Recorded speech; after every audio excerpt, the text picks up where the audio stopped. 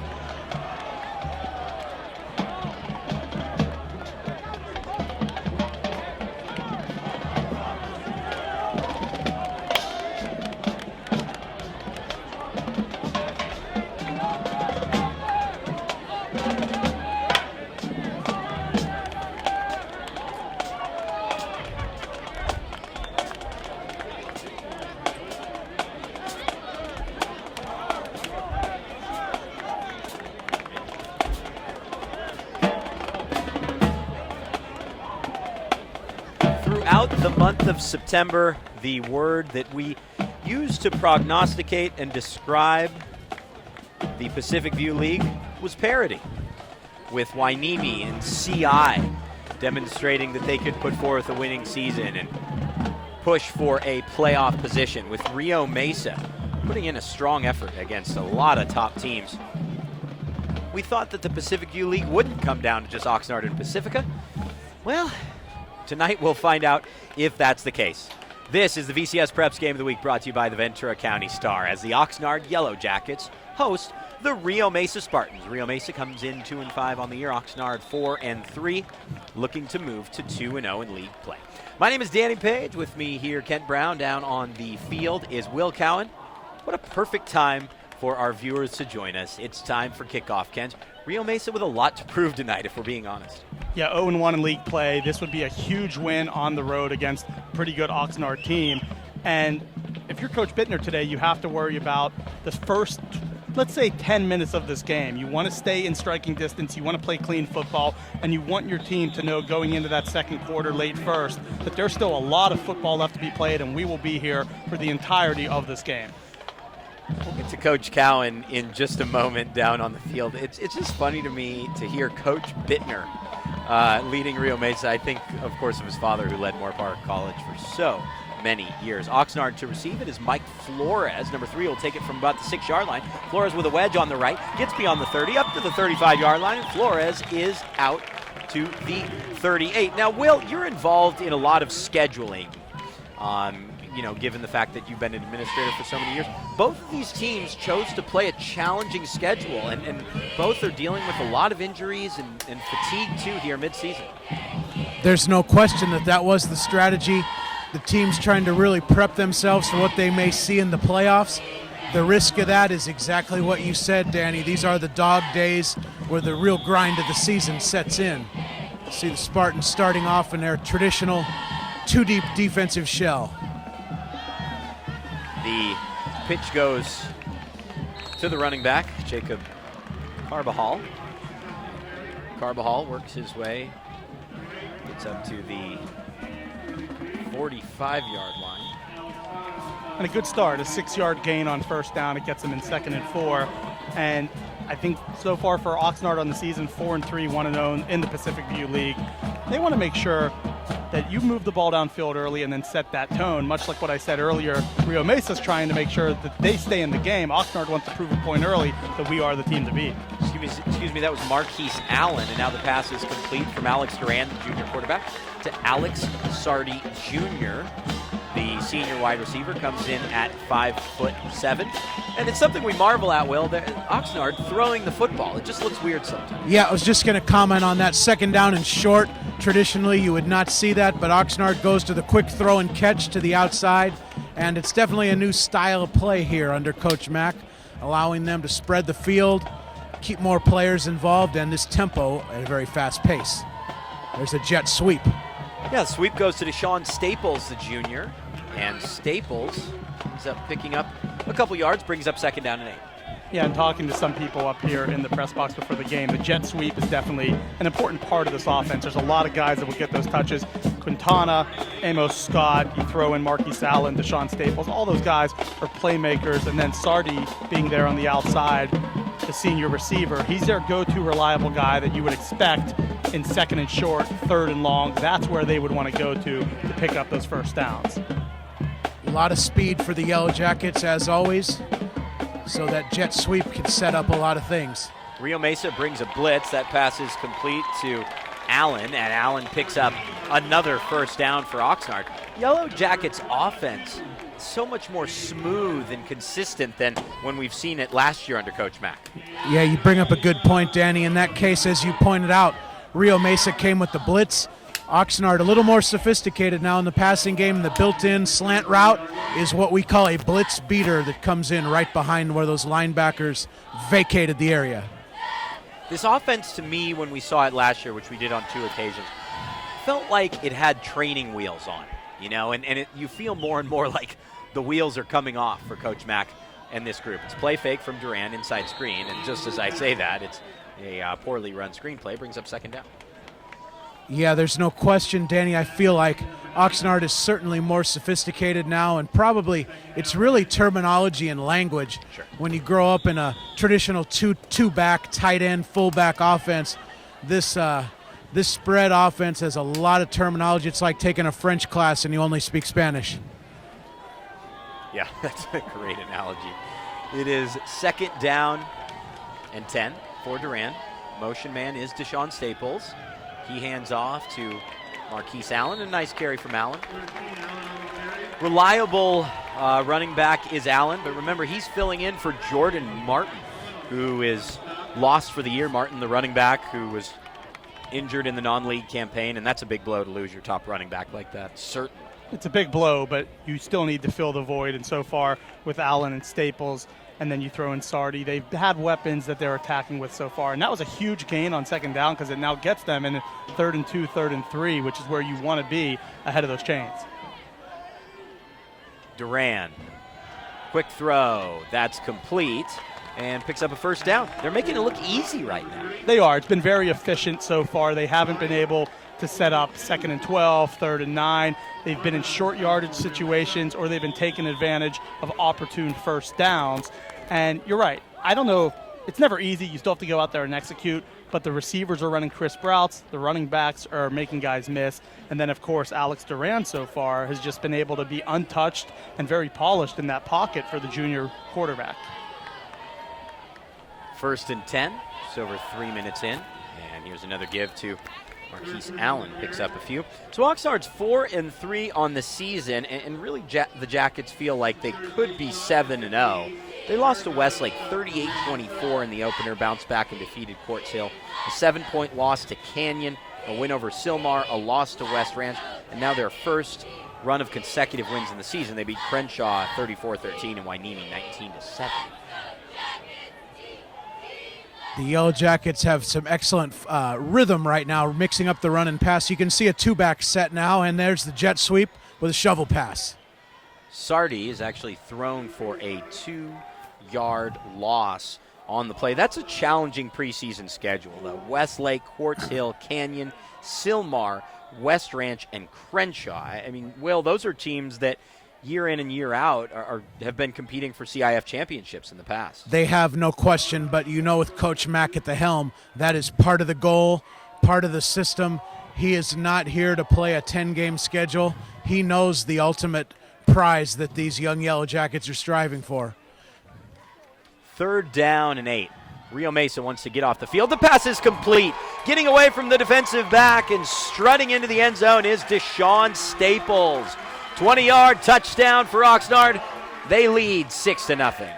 One of the things we've seen early, Rio Mesa playing a lot of zone defense, and what Oxnard has done is their receivers are settling into open areas, and they are just doing a great job of completing those possession patterns. Great job on 3rd down on that possession as well. There were 3 separate times they got the 3rd down conversion, and of course this time make a guy miss, and then Staples able to take it from what could have been a 7 or 8 yard gain short of the sticks and turn it into the 20-yard touchdown. A very impressive opening drive for the home Oxnard Yellow Jackets. Penalty, though, here on the PAT attempt. Let's see who it goes against. It is a false start against Oxnard. One of the things that jumps out right away is the tremendous size up front for Oxnard High School. There is no shortage of bulk on that front, the tight ends and line included. Reminds you of the old days a little bit. Even more so at the height. Sure. Yeah, that's a big group out there.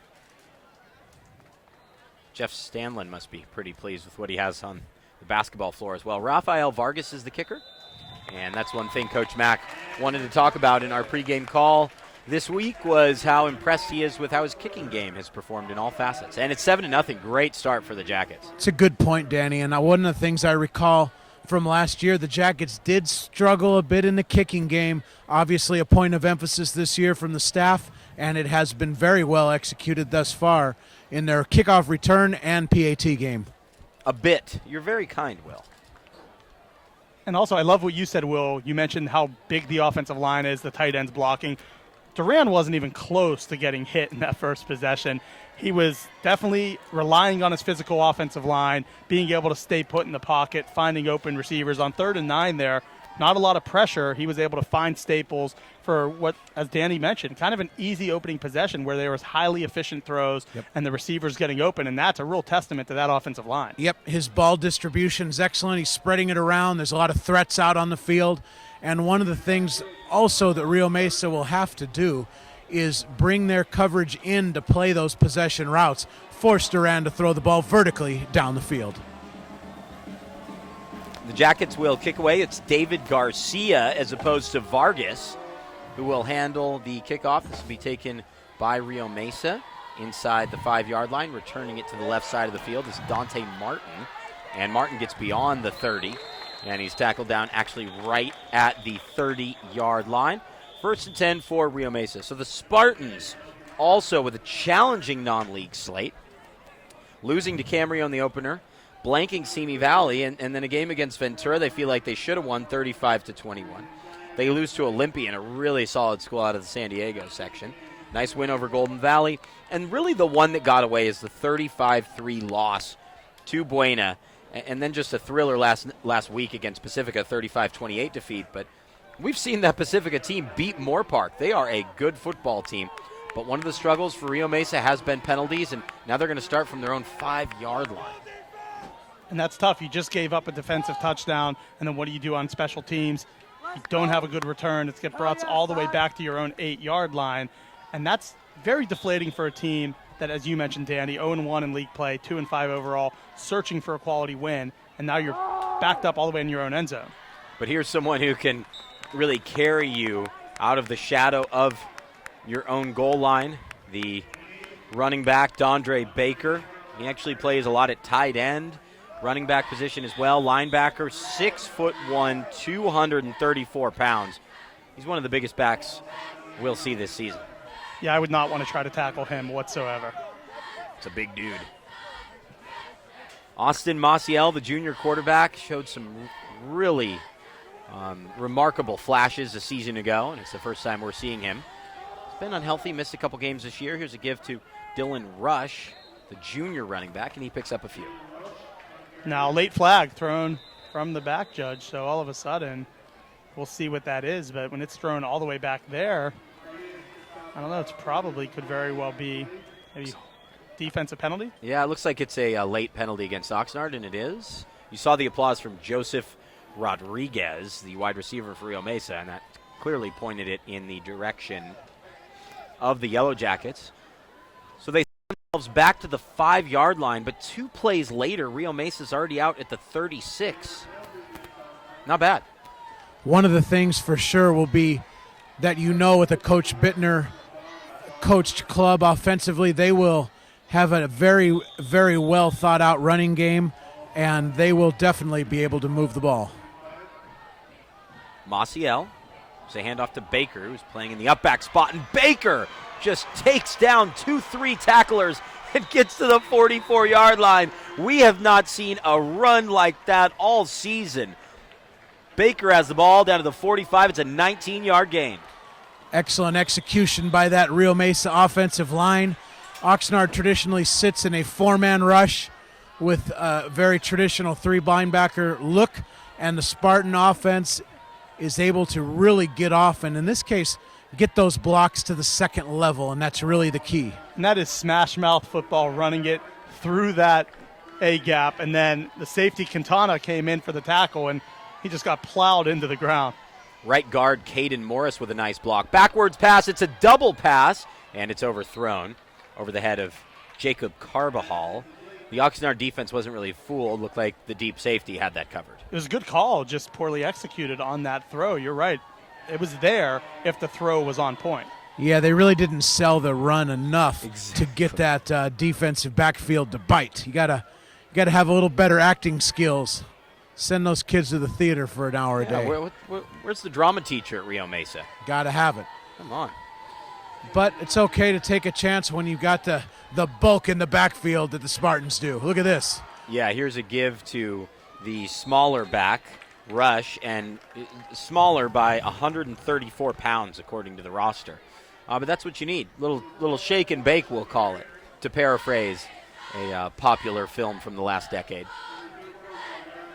This is where it gets interesting for the Spartans. The 3rd and 7, 8 situations when they have to go away from the run game, trying to see where they will look in the passing game early. Remember, on their possession, Oxnard got 3 third-down conversions. This will be the first one for Rio Mesa here in the short 5 minutes of this opening quarter. Motion man is Guyona, the tight end. Maciel, quick throw his way, and it just goes right over his helmet. They tried a timing route, and it just wasn't there. Well, what needed to happen there is he needed to hook up at the sticks and turn around. It seemed like the ball came out early. Like you said, Danny, more of a go route, and they were not on the same page there. They definitely weren't, and now it's time to punt the ball. And that's one you can live with, though, I think, if you're a coach, Totally. because you can go back in the huddle here. You can bring them off the sideline and say, okay, we just need to make sure you see the tight end turn around. You get it to him at the sticks, as Will said. Not necessarily a bad opening possession, but now you hope to pin the Oxnard Yellow Jackets deep. Yeah, good punt. Goes over the head of the return man and into the end zone. Unfortunately for the Spartans. But Rio Mesa still, in total, moved the ball, if you include the net from the punt, 75 yards. They started at their own 5, and now Oxnard will start at the 20-yard line. So I'd say that's a win for the Spartans, certainly. And they ran the ball well, and as long as you keep doing that, you'll be in this game. So overall, I think running the football and setting the tone for that will open things up in the passing game. We'll see how the Spartan defense responds. Maybe a little more of a bump and run, tighter coverage maybe. We'll see if there's any adjustments made.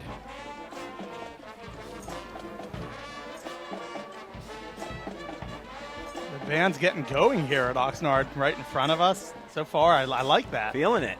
Mid-October here. It finally feels like fall. Play fake now. And that pass is complete up to the 28-yard line. Forward progress for Landro Tate, the sophomore wide receiver. Alex Duran has a lot of young wide receivers, and this could be a pretty intimidating passing game, if you will, later this season and into next year. Yeah, definitely. I think so far it's been very effective. And you're right. The fact that there's a lot of youth, Duran's only a junior himself, so this could be a unit and an entire group that just keeps things progressing. And then when you look into 2017, or especially a month from now, as we get into November, all of a sudden this could be a very potent offense. The timing routes have been excellent. You see the Spartan defense playing a little tighter with the corners now on the outside. Duran pressured, gets rid of it, and that's complete. Nice grab from Sardi, well executed. This passing game looks crisp. 9-yard gain. He loves Sardi. That's a guy that right from the start, I remember last year, he was involved in this passing game quite a bit. He's just a reliable pass catcher. Not the biggest guy in the world, but it looks like the defense can't seem to keep up with him. He'll kind of run a route, and then if it breaks off, he'll wait for Duran to find his lane, get open, and then hook up for another first down. Look for the run game here for the Yellow Jackets. Just keep an eye on the action from the offensive line. A lot of pulling, a lot of movement with those big men up front to create those holes. Oxnard continues to throw. It's complete to Sardi for about 4 yards. Brings up a 2nd and 6.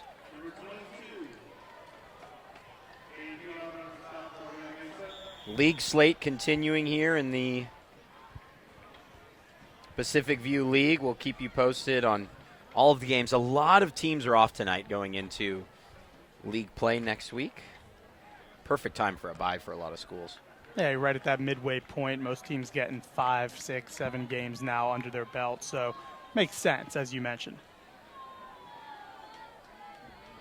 2nd and 6. Duran, pump fake. Duran can't get away this time. Nice sack from Baker, and actually we'll call it no gain. Maybe he picked up a half yard, but it still brings up 3rd down and about 5 yards to go. Crucial moment for this Spartans defense here. It's now been a few times you haven't been able to get off the field on 3rd down. You'd love for your offense to get the ball back here. This defensive line, there's some big bodies up there, especially those tackles. They haven't been able to get to Duran so far, but this is a big one, 3rd and 4. They need to find a way to get pressure, get off the field. They're coming with the blitz here, but Oxnard has them spread across the field. Give the quarterback some time and complete the pass easily to Dondi Garza.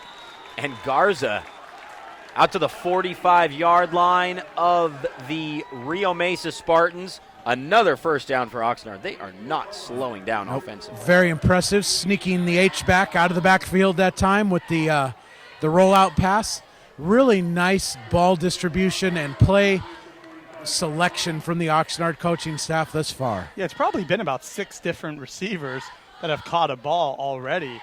And that just shows you, as you mentioned, Will, the versatility of this offense and the amount of reliable pass catchers and reliable targets that Alex Duran has. Winding down the first quarter, as always, we'll get you scores between quarters. Here's Marquise Allen. And Allen picks up a couple yards. Very impressed with the composure and leadership of Duran thus far. He's had full control of the tempo when he wants to go fast, and now in this case in the huddle, taking his time. Yeah, I have been as well. I've been extremely impressed with him so far. And again, I don't want to keep prefacing this all the time, but it has been very efficient, and that's what you want out of your quarterback is just make the solid throws. When they bring the blitz, drop it off to your H-back or your tight end or your reliable receivers and move those chains. Duran completes this one as well. Landro Tate down to the 31-yard line. I think that John Mack and the Oxnard coaching staff, though, are making it easy on him, right? Like they're giving him the right kind of throws, and he's executing. They are, and thus far the Spartan defense not able to cover up those intermediate zones and able to get the stops. At some point they will probably consider some form of man-to-man coverage, but they haven't yet. So far they've stayed in the zone. And I love that name, Landro Tate. That's a cool name. So 1st and 10. Motion man is Alex Sardi Jr. Oxnard looking to throw the inside screen.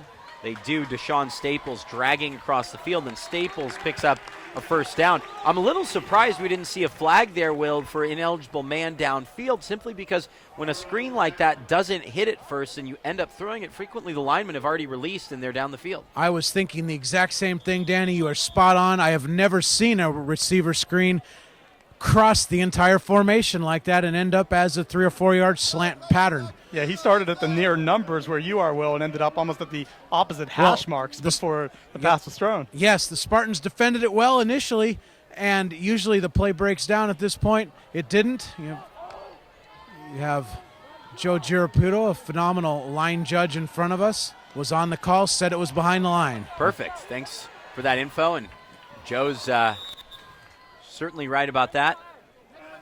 Duran, his attempt incomplete. Brings up 2nd down and 10. That First quarter, almost done. Might be the first incompletion of the night. I think he had one other incompletion, but maybe one earlier on a screen. That's correct. Yeah, Yes, right off the start. there was an early screen, but no less. Very accurate thus far. 80% plus completion percentage. Yeah, you can win a lot of football games when you're completing at that type of number. And I love what Coach Mack and this team has done from the start here is the simple passes. But now, 2nd and 10, maybe you get them in 3rd and 8, 3rd and 9, 3rd and 10, and Rio Mesa tries to hold them to a field goal attempt or a long 4th down. A handoff and a gain for about 8 yards. Yeah, that's a staple over the years with Coach Mack. The trips formation, widening the field, pulling the guard to lead through the hole, and a really nice job of setting up, once again, a very manageable 3rd down. And that will bring to a close the first quarter of play. Oxnard with just 2 incomplete passes. And without a punt, the Yellow Jackets offense in control and knocking on the door. After one, it is Oxnard 7, Rio Mesa nothing. Let's get you some of the other scores going on here around Ventura County. Pacifica and Channel Islands are scoreless in that game. Camarillo leads Moore Park 14-0. Ventura is on top of Santa Barbara just over 2 minutes into that game. A 70-yard touchdown from Brock Mortensen, 7-0 Cougars. Boy, they have to be confident after that game we saw last week. Royal and T.O. are playing as well. That one is scoreless. Yeah, that's about it. I mean, that is this week for the most part here, and we'll keep you posted on the scores of all of those contests. Well, so far I really like, Danny, what the Oxnard offense has done in the first quarter. Even though you'd have to say that Rio Mesa's offense moved the ball, they did have to punt, but it's just been ball control, simple passes, finding the open receivers, and then on top of it, just as Will's mentioned, all the weapons that they've had, whether it's been Garza, Sarti, Allen, Staples, Sanchez, Tate. Those are 6 guys that have already gotten their hands on a pass. And for Alex Duran, really one time he's been pressured, and now again they pick up another first. Yeah, Allen picks up the first down, as you said, Kent. And, you know, as the calendar stretches toward the new year and we get later and later into the season, you love when a team has 5 or 6 established players that they can get the football to. No question, Danny. The spacing in the Oxnard offense, so important. If you'll notice, the receivers literally spread from number to number. Look at it again, and really spreading that Rio Mesa defense out. That explains part of the short passing game. Here's Duran. He'll sprint right to that trips formation. Throws that, and a huge hit on the far side of the field. Marquise Allen took a big shot there from Tobias James. Allen was just looking back for the ball, and James came in with a huge hit, and we hope Allen's okay. He is down on the field. Big-time adjustment there from Coach Bittner's staff. They went to what we call a cover 2, where the cornerback comes off of the deep receiver to play that short out-breaking route. Caught the quarterback Duran by surprise, I think. I don't think he was expecting the way he threw that ball to have a cornerback in the vicinity. Yeah, his read the entire way was to go to Allen, and you're right. I don't think he expected a defender to be there and make that type of impactful hit. And Allen, I mean, you got to give him credit for almost getting that catch, but he was blown up, and that was a clean hit as far as I can tell. It was just unfortunate that Duran probably didn't see the defender there, and then Allen couldn't quite hang on to it. But overall, it was definitely quite the hit for Rio Mesa, and their defense stepped up on that first down. Yeah, anytime you have a rollout pass and the quarterback and the receivers are all flowing toward the sideline, the ball comes, it's a fairly soft ball, and when that defensive back is barreling down on you, very hard play to make. Allen's okay, though. He makes his way to the near sideline. We'll have to take a look at him, make sure he can get back in the game, but at the very least, he's walking himself to the sideline. Hopefully just got the wind knocked out of him, and he'll be right back in.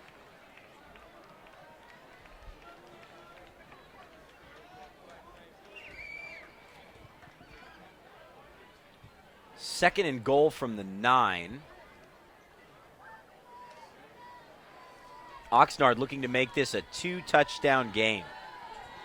Yeah, and right now I think probably a safe bet to run the football here, see what you can pick up on second down, or in theory, maybe a run extension through a short pass and try to get half your yardage or 5 or 6 yards, and then you can really figure things out on third and goal if you're inside that 3 or 4 yard line. I wouldn't expect a pass to, let's say, the corner of the end zone. I think something safe here, whether it's a run or a short throw, and hope you make a guy miss and you can get down near the goal line. I agree. I got to change the subject here. Real talk. Buena down the road. I'm looking at this blow-up Yellow Jacket tunnel. Yeah. With the big away B to the left. on top. Yeah.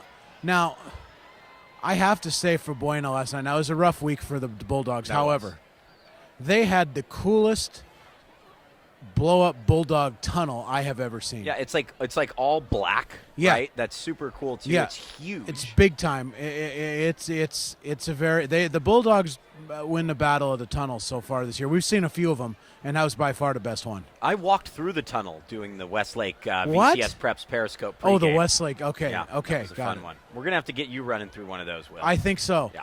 I think so. I definitely will put that on the bucket list later in the league. Maybe we'll catch one of those Marmani League games. You have the Nikes on. You can get out there and run a little bit. Oh, I mean, come on. I give him 10 yards. Please. 11:27 to go here in the second quarter. After that stoppage in play, it is second and goal from the 9. Duran takes a snap, will throw. Duran looking to the near side flag, and that pass intended for Staples is incomplete, in and out of Deshaun's hands. Third and goal.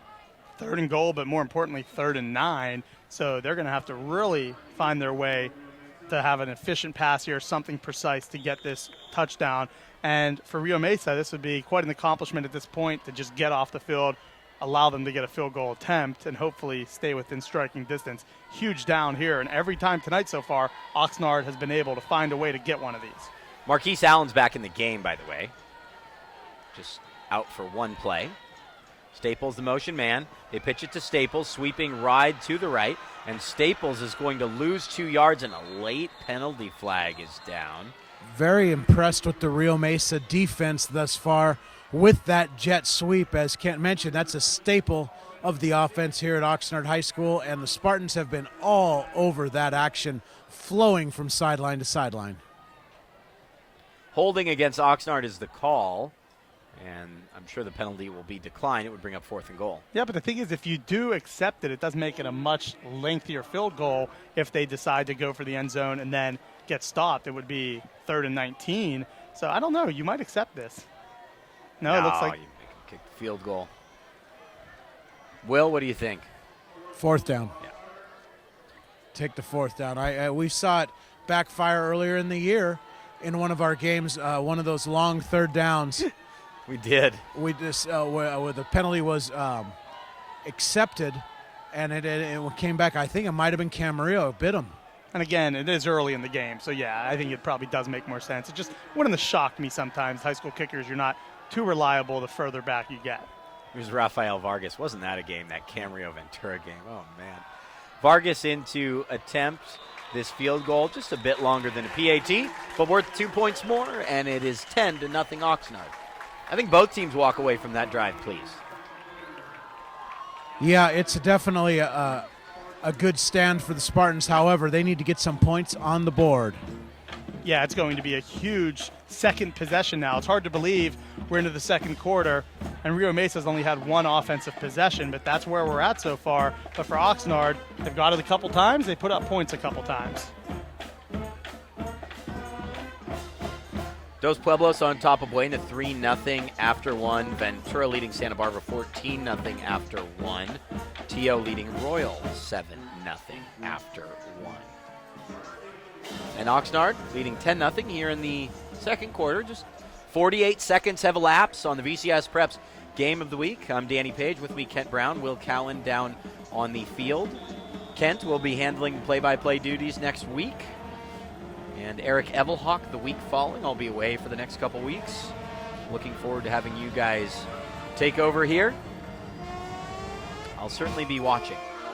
Should be a lot of fun, and hopefully we see as many good games as we've already seen so far this year. A couple more issues on the kickoff. The ball's ultimately returned up to the 18-yard line. That's Dante Martin. So Rio Mesa starts their first drive on the 5, and now their second drive will begin from the 17. They've shown they can move the ball, but well, you're really putting yourself behind the 8 ball here.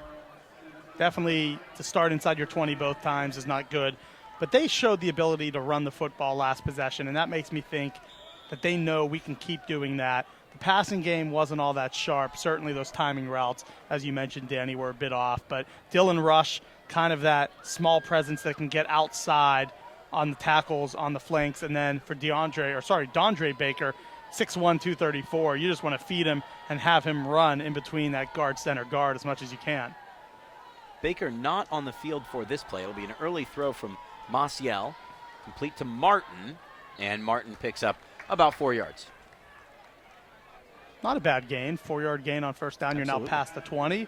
And for Rio Mesa, I know they're 2-5, they're 0-1 in league play, but they still have so much more to play for, especially now that you're in league play. And this would be a huge game on the road against what we all perceive to be a pretty good Oxnard team to challenge them, stay in this game. And this could be a real statement game that turns their season around.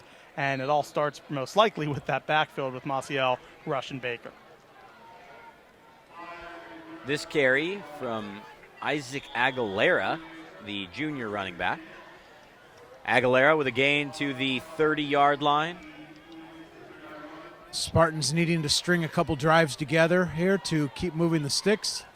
One at a time, Will, one at a time. Starting to sound like a broadcaster as that pass is complete to Carbajal. Carbajal picks up 4 yards. You know, one tough piece for Rio Mesa in general right now, and we talk about this, Will, in relation to the Ventura Buena game last week. They have a bye in Week 10 every year, and that certainly is challenging. There is no question, Danny, and I've said this many times in basketball as well. The worst bye there is if you're a playoff team is that Week 10 bye. It is really hard to stay sharp and focused in that amount of time off. Obviously, if you're not a playoff team, you get to fish a week early, but that's certainly not the goal for the Spartans every year. Why is it, though? I'm curious, you being a coach, why is it that week? Is it just the anticipation of getting out there and wanting to play in that type of game? It's routine. See, football is a very routine practice ritual, and that off week without a game plan and without any prep, knowing who your opponent is, it's very difficult to keep up the intensity. Yeah, a little bit different than in the NFL, obviously, where they'll take the extra week off. Well, right. They're professionals. They are, and the difference is there's a 16-game schedule, and they do have the entire day to commit to what it is that they do, as opposed to the full load of classes, weights, and studying. This pass complete to Flores. Rio Mesa is just moving right downfield again. They're inside the Oxnard 40 for the first time tonight, or at least on the 40. Go ahead, Will. Oh, I'm sorry. Yeah, I had a little static. Sorry to cut you there. No worries. Coach Bittner finding some success in the trips formation. You could see it here. 3 receivers to one side, and now the Oxnard D is spread out, probably opening up the running game. That is Aguilera, and Aguilera rushes for a loss of 2 yards. A swarm of Yellow Jackets there. Bryson Yaramillo, Eduardo Cardenas, among others. 2-yard loss. Yeah, read option there, and then they that time decides to hand it off. And quick strikes. They've had a bunch of those, just very quick strikes, of course, moving the chains. A couple plays ago, Mike Flores. I like the rhythm that Maciel and this offense has shown here in the last few minutes. Maciel looking to throw. Nothing open. Flush to the left side. And he completes that. No. Looked like the wide receiver came down out of bounds. It was actually Aguilera. Brings up 3rd and long now for Rio Mesa. Yeah, I was about to say what a completion, but I guess Aguilera not able to get his feet down, but pretty good effort there by Maciel. 3rd and 12. And a big play in this game offensively for Rio Mesa here in the second quarter. They need to put some points on the board. They have not yet demonstrated the ability to really slow down Oxnard's offense. Maciel. Inside screen, rush. That is Aguilera again. He gains only a yard, 4th and 11, and the Spartans will likely punt again. Yeah, if they could have picked up like 7 or 8 yards, I think they probably would have went for 4th down, but instead you're 4th and 11. If you don't get this, you're turning the ball over not far from midfield. I have to think they probably do punt here. Maybe what you do is you try to draw them off, and if you don't get it, you take the 5 yards or you pooch punt. Maybe that's what they're set up doing. It'd be surprised here if they actually go for it. The Rio Mesa offense is on the field.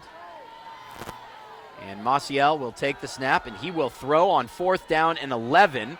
Forced to the right side. He's going to tuck it and run. Gets a block. Gets inside the 30. Gets out of bounds just beyond the 20-yard line. Jim Bittner Jr. rolls the dice. The biggest play of the night for the Spartans. How about that block by Carvajal? Just a little push on the cornerback, because that time Maciel saw a seam. He went outside, but Carvajal was able to get that push, get a nice block, and because of that, turned it into about, an 18-yard gain on 4th and 11. 1st and 10 from the 22. Huge play. Here's a give to Aguilera. Will, what do you think, man? They rolled the dice there on 4th down and somehow made it work. I think when you're on the road, 0-1 in the league, down 10, it's a phenomenal decision. Especially when it works like that. When it works. Absolutely. Dondre Baker has checked in for the first time this drive. Plays a lot defensively, so you understand why the 6'1", 234-pound utility man isn't used on every play offensively. He'll get it here, though. And Baker barrels his way to the 15, brings up 3rd and short. Yeah, Baker in that power running game really is an extra dimension that the Yellow Jackets are not used to dealing with. You can see here, they are subbing fresh bodies in right and left. Yeah, 3rd and 2, I feel like you might want to go back to big number 28, Dondre Baker, in this situation. Something we'll talk about a little bit later, by the way, the size of this Oxnard roster. Sorry, Will, go ahead. No, I was just going to say Baker lined up as a tight end there as a lead blocker, and you can see right where they ran. Directly behind Baker. Aguilera down to the 11-yard line. 1st and 10 from the 11 for Rio Mesa in a situation where it is crucial for the Spartans to score. Really a touchdown, in my opinion. Maciel's been very poised on this drive. Man, that run on 4th down, it's not something we'll soon forget about. Here is Baker, Dondre Baker. Takes about 6 Yellow Jackets to haul him down. Enrique Anaya. Excuse me, that's Ryan Caldera, the middle linebacker, who is the brother of Raymond, and Eduardo Cadenas on the tackle. Excellent football family, the Calderas in Oxnard. He was a fun running back to cover. No question. 2nd down and 8. Now on about the 9-yard line. Clock is running. Been a lengthy drive for Rio Mesa, too. I think that's a big bonus. Aguilera will try and stretch it wide to the left, and no gain for Aguilera. Nice tackle on the play from Marquise Allen. Good to see Allen back in the game, by the way. Excellent pursuit from the Oxnard defense. The Spartans having much more success with the vertical run game in between the tackles, I would say. Yeah, and this possession's now been over 6 minutes. It was the 11-12 mark of this quarter whenever the kickoff happened after the field goal. We're now approaching 5 minutes remaining on the dot, and they are still in possession of this ball. 2 possessions so far for Rio Mesa today, and we're heading towards the tail end of the second quarter. Maciel on 3rd down, rolling right, throwing to the end zone, caught! Carbajal! Touchdown Spartans! That was a really impressive route there from Carbajal. He set up his man to the inside, sealed like a basketball player, boxing out, and then made the grab. To me, it looked like the route they wanted to run on 3rd down and medium when their last drive stalled, right? Just a nice timing route. The receiver broke before the corner really was hip to what was going on, and a fine completion for the Spartans, and it's 10-6. Yeah, I agree, Danny. That's just what the doctor ordered, and that special, the big 4th down play, too many men on the field here for the Jackets, I believe. Again, that rolling the dice, as you said, Danny, on 4th down paid dividends, probably keeping the Spartan season alive in all reality. Yeah, that'll be one 18-yard gain on 4th down. It was the run and the poise he showed. He kept his head upfield. The huge block by Carbajal on that 4th down, and then he returns the favor saying, hey, I blocked for you on 4th. Find me on 3rd down, and I'll make sure I get the touchdown catch. So really good job by this offense. And for Coach Bittner, a real challenge, I'm sure, when you're down 10-0 and your team's 0-1 in league play, 2-5 overall. But they showed a lot of muster on that possession to step up, play sound football, and ultimately get the touchdown. Yeah, something we talk about every week, and it's about to happen here as the kick bounced in off the right upright, is the team that in Rio Mesa's case will receive the ball to start the second half. Right. If they can get a stop here and a drive before the half, this is that 2-for-1 opportunity for Rio Mesa that we always talk about. With 4.5 minutes and a full arsenal of timeouts, expect Coach Bittner to be using them. Yeah, well, I was going to make a rather obvious statement along those lines and say, hey, when you're down 10-0, you can't just go score for score, right? You have to get some stops. And as important as that 4th down conversion was, and as nice as the throw that was on 3rd and goal, it's all for naught if you allow Oxnard to just march down the field again and score a touchdown. And I think it all starts on this special teams play. Oxnard has had good field position tonight. Rio Mesa has had to go an extra probably 20 yards on average. And it's important for the Spartans to have a strong defensive play here on special teams, if you will. Yeah, you're right, Danny. And you also see what separates teams from being very good to just average, to below average a lot of times, is special teams. And it's taking advantage of opportunities. And so far tonight, the advantage has been, as you said, Danny, with the Yellow Jackets through the first going on 23 minutes of this game. It's a pooch kick. It will be taken at the 35-yard line, and Oxnard starts from there. Rio Mesa thought potentially they could catch the Jackets off guard. Good field position for Oxnard. So much for that. They had to see something in the formation or something on game tape to make them think that this is a viable option. Kick it short, put it in the air, and hope we run down and get it. But Oxnard was on top of it, and once again, start off with very good field position all the way up at the 37. Late in the second quarter, Pacifica has taken a 7-0 lead over Channel Islands. Will, that game's got to be at Pacifica because I feel like we'd be able to see the lights in some way, shape, or form down at CI.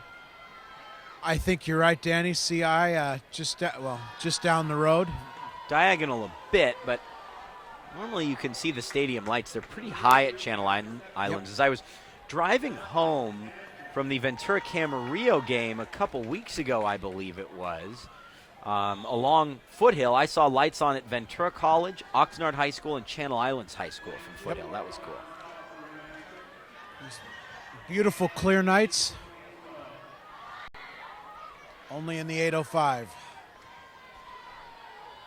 2nd and 6. Fumble on the snap, and the quarterback possessed the ball when his knee was on the ground. And just like that, it's 3rd and 10, and here we go, fellas. Big opportunity for Rio Mesa defensively at the 4-minute mark. Absolutely, and then on top of things, that was really the first mishap we've seen out of this offense all game, where it just was a bad snap. Fortunately, Duran was able to fall on it, and then they whistled it dead. But you're right, Danny, this could end up being a gigantic play if they can get a stop here and get the ball back with all 3 of their timeouts. 3rd and 10.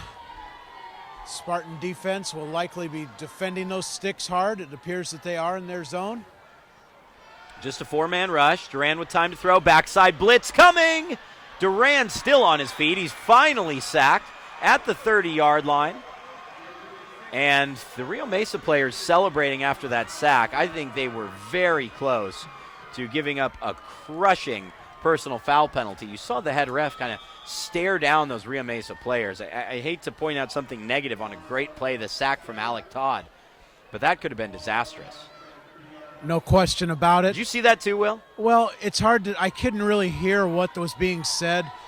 The celebration doesn't bother me as much as the trash talk would.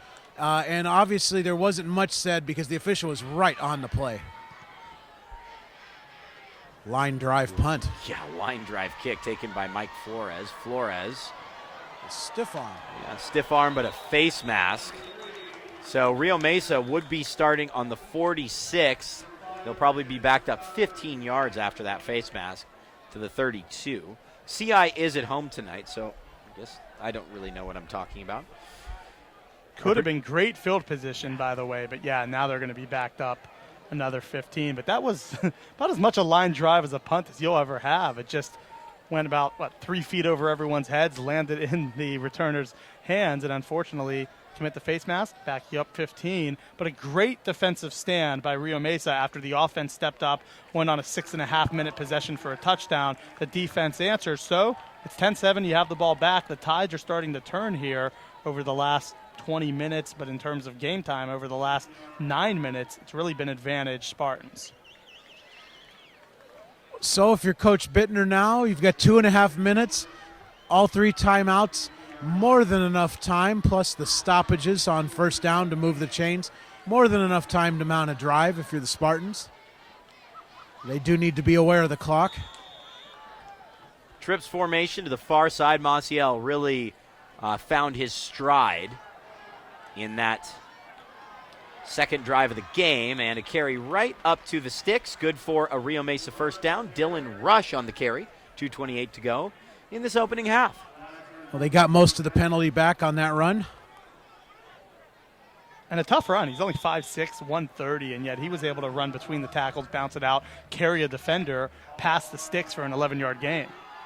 That is complete, and no, it's not. Unable to hang on to the football is Flores, there to rip it away for Oxnard.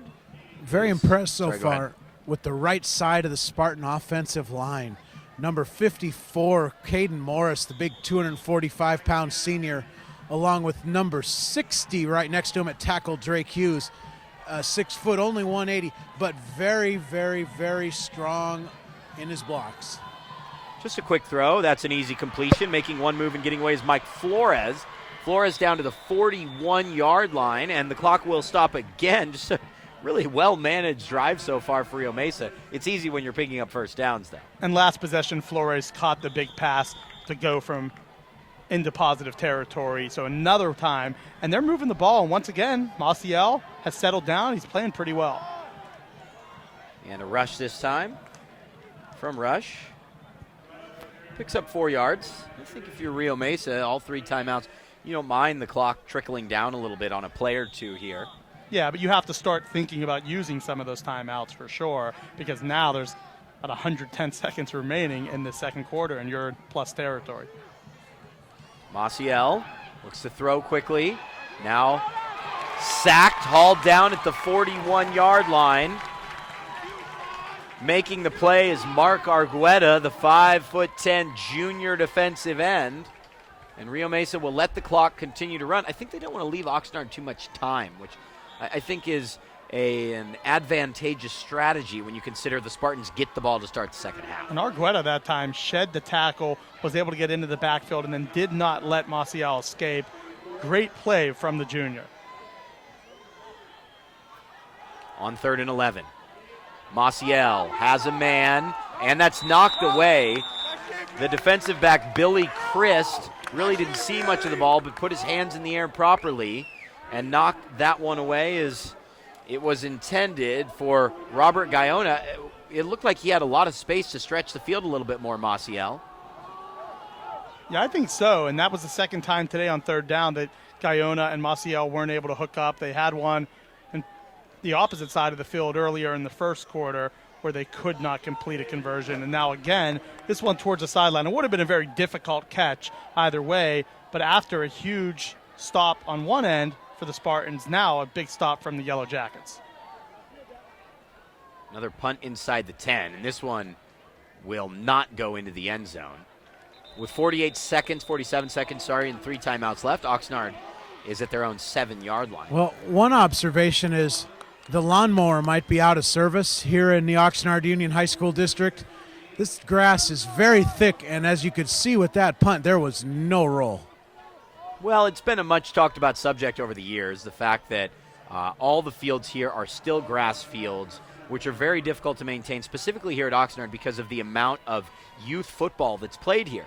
But when you have 6 schools in a high school district, I think 7 now, 6 with football teams at the moment at least, you have to give everyone a field at once, and the district just can't afford that. That's how I understand it. Is that right, Will? Well, I'll give you an idea. It's about $1 million to put in the turf the first time, and then every time you replace it, about $500,000 times 6. Yeah, I wonder how you know that. Tell me about it. Yeah. It's a sore subject. Inside of 30 seconds to go, and this will be a first in a high school game, I think, in a while, as both teams will go to halftime with all 3 timeouts. Both sides content to take this to the break. All 3 timeouts, no turnovers either, so it's been kind of a game of low scoring, nice defense, and just a couple decent offensive possessions.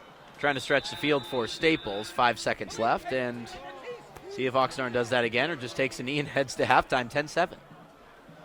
It's been a fun game, though. It has a good pace to it. I remember the Camarillo-Ventura game didn't have such a good pace, and we said, wow, that was a weird first half. But this has been fun. We've seen a lot from both offenses.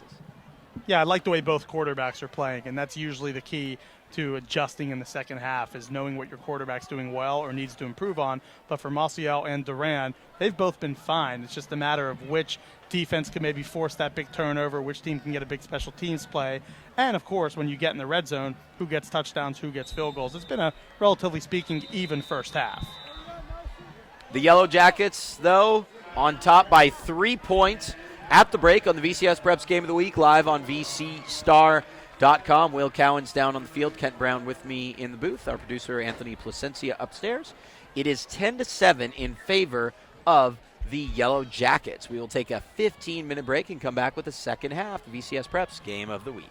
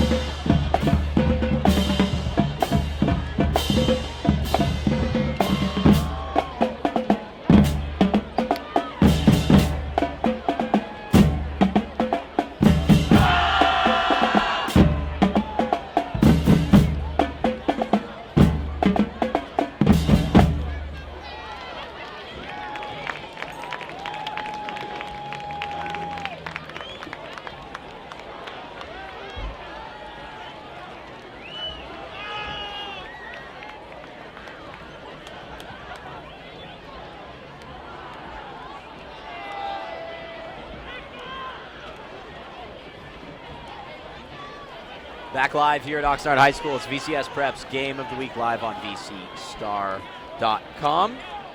Make sure you follow us on Twitter at VCS Preps. Nearly 30,000 followers. And it's pretty clear why, because we're awesome. We'll be here with you for the final 3 weeks of the season, as well as the postseason. My name is Danny Page. In the booth with me is Kent Brown. Will Count is down on the field. And it's kind of hard to describe the first half in some ways. It was a really clean game. Both offenses looked good. The defenses, while they gave up yards, weren't really giving up big plays. You know, no 80-yard touchdown anywhere. These offenses had to earn their points. And, you know, now we look at the gravity of what's ahead in the second half. I mean, for Rio Mesa in this game, they sit at 2-5. After tonight, they only have 2 games left. The success of their season very much rides on what happens over the next 24 minutes. It definitely does, and Austin Maciel settled in very nicely into the second quarter, looked so much better in the second quarter than first. Dylan Rush and Dondre Baker, a really good 1-2 punch, very contrasting styles, but both fit very nicely with this offense. And then you saw Mike Flores become a big target for Rio Mesa. So to start this third quarter, I think we're going to see a lot of those guys. Plus you have to think eventually Guyona, the big tight end, he's going to make an impact in this game. Maciel and him have missed a couple times. I expect him to have at least 1 or 2 catches to really open things up. But both quarterbacks in general, Danny, were more than efficient, more than good enough in the first half to eventually win this game. Rio Mesa will take this kick. Carbajal from the 1-yard line. Pardon me. That's Jaden Rogers.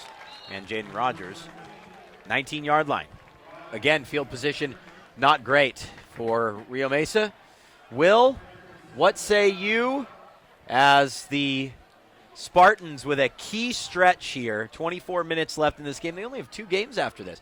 This is a huge second half for Rio Mesa. And it's a huge drive. One of the things, if I'm the Spartans with that power running game, I'd like to see more play action pass, to try to find some voids in the middle of that Yellow Jacket defense. Well, they will start the drive, as you would imagine, coming out of second half with Dondre Baker on the field. There's a play action pass. It's complete to Carbajal, who caught a touchdown pass, picks up 1 block, gets a second, and gets, about 16 yards. Rio Mesa has started with less than ideal field position. You know, they started on the 5 and then on the 17 and now on the 19, but they seem to pick up chunks of yards on, the first 2 plays.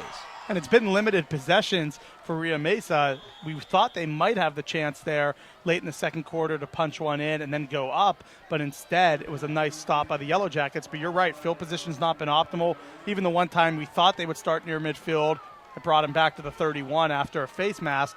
But they've been able to get out of it pretty quickly, as you mentioned. And now, with Rush and Baker, you feel like, generally speaking, on first down, they've done a good job since their first possession up until then of really picking up positive yardage and setting up second and medium, second and short. The Yellow Jacket defense, again, excellent side to side in their pursuit of the football. It's been that way all night thus far. Which defense, Will, would you say looked better, though? I feel like both teams were pretty even in the first half, but I think maybe slight edge to Oxnard just because they've gotten the backfield a bit more. Yeah, I would agree with that statement. It's not far apart. What it really amounts to for the Spartans is what's about to happen here is can they convert on third down and over third and long here. Well, they have converted a couple big third downs tonight, but Will, I think you're spot on. We're only 90 seconds into this half, and this is a huge play for Rio Mesa as they look to tie the game or go in front on the opening drive of the second half. It's going to be a designed run, and that's going nowhere for Maciel, and Rio Mesa will punt. The Yellow Jackets had that sniffed out very well. They came with the weak side blitz, very effective. And they've been running that trips formation. They ran it there. I kind of figured one of those wideouts would get a touch, but Will's right. They just sniffed that one out. No gain, and now could be good field position coming up for Oxnard. Snap a little bit high. The punt is away just barely. It's a booming punt. Fair catch called for at the 23-yard line, if only slightly. Sardi calls for the fair catch.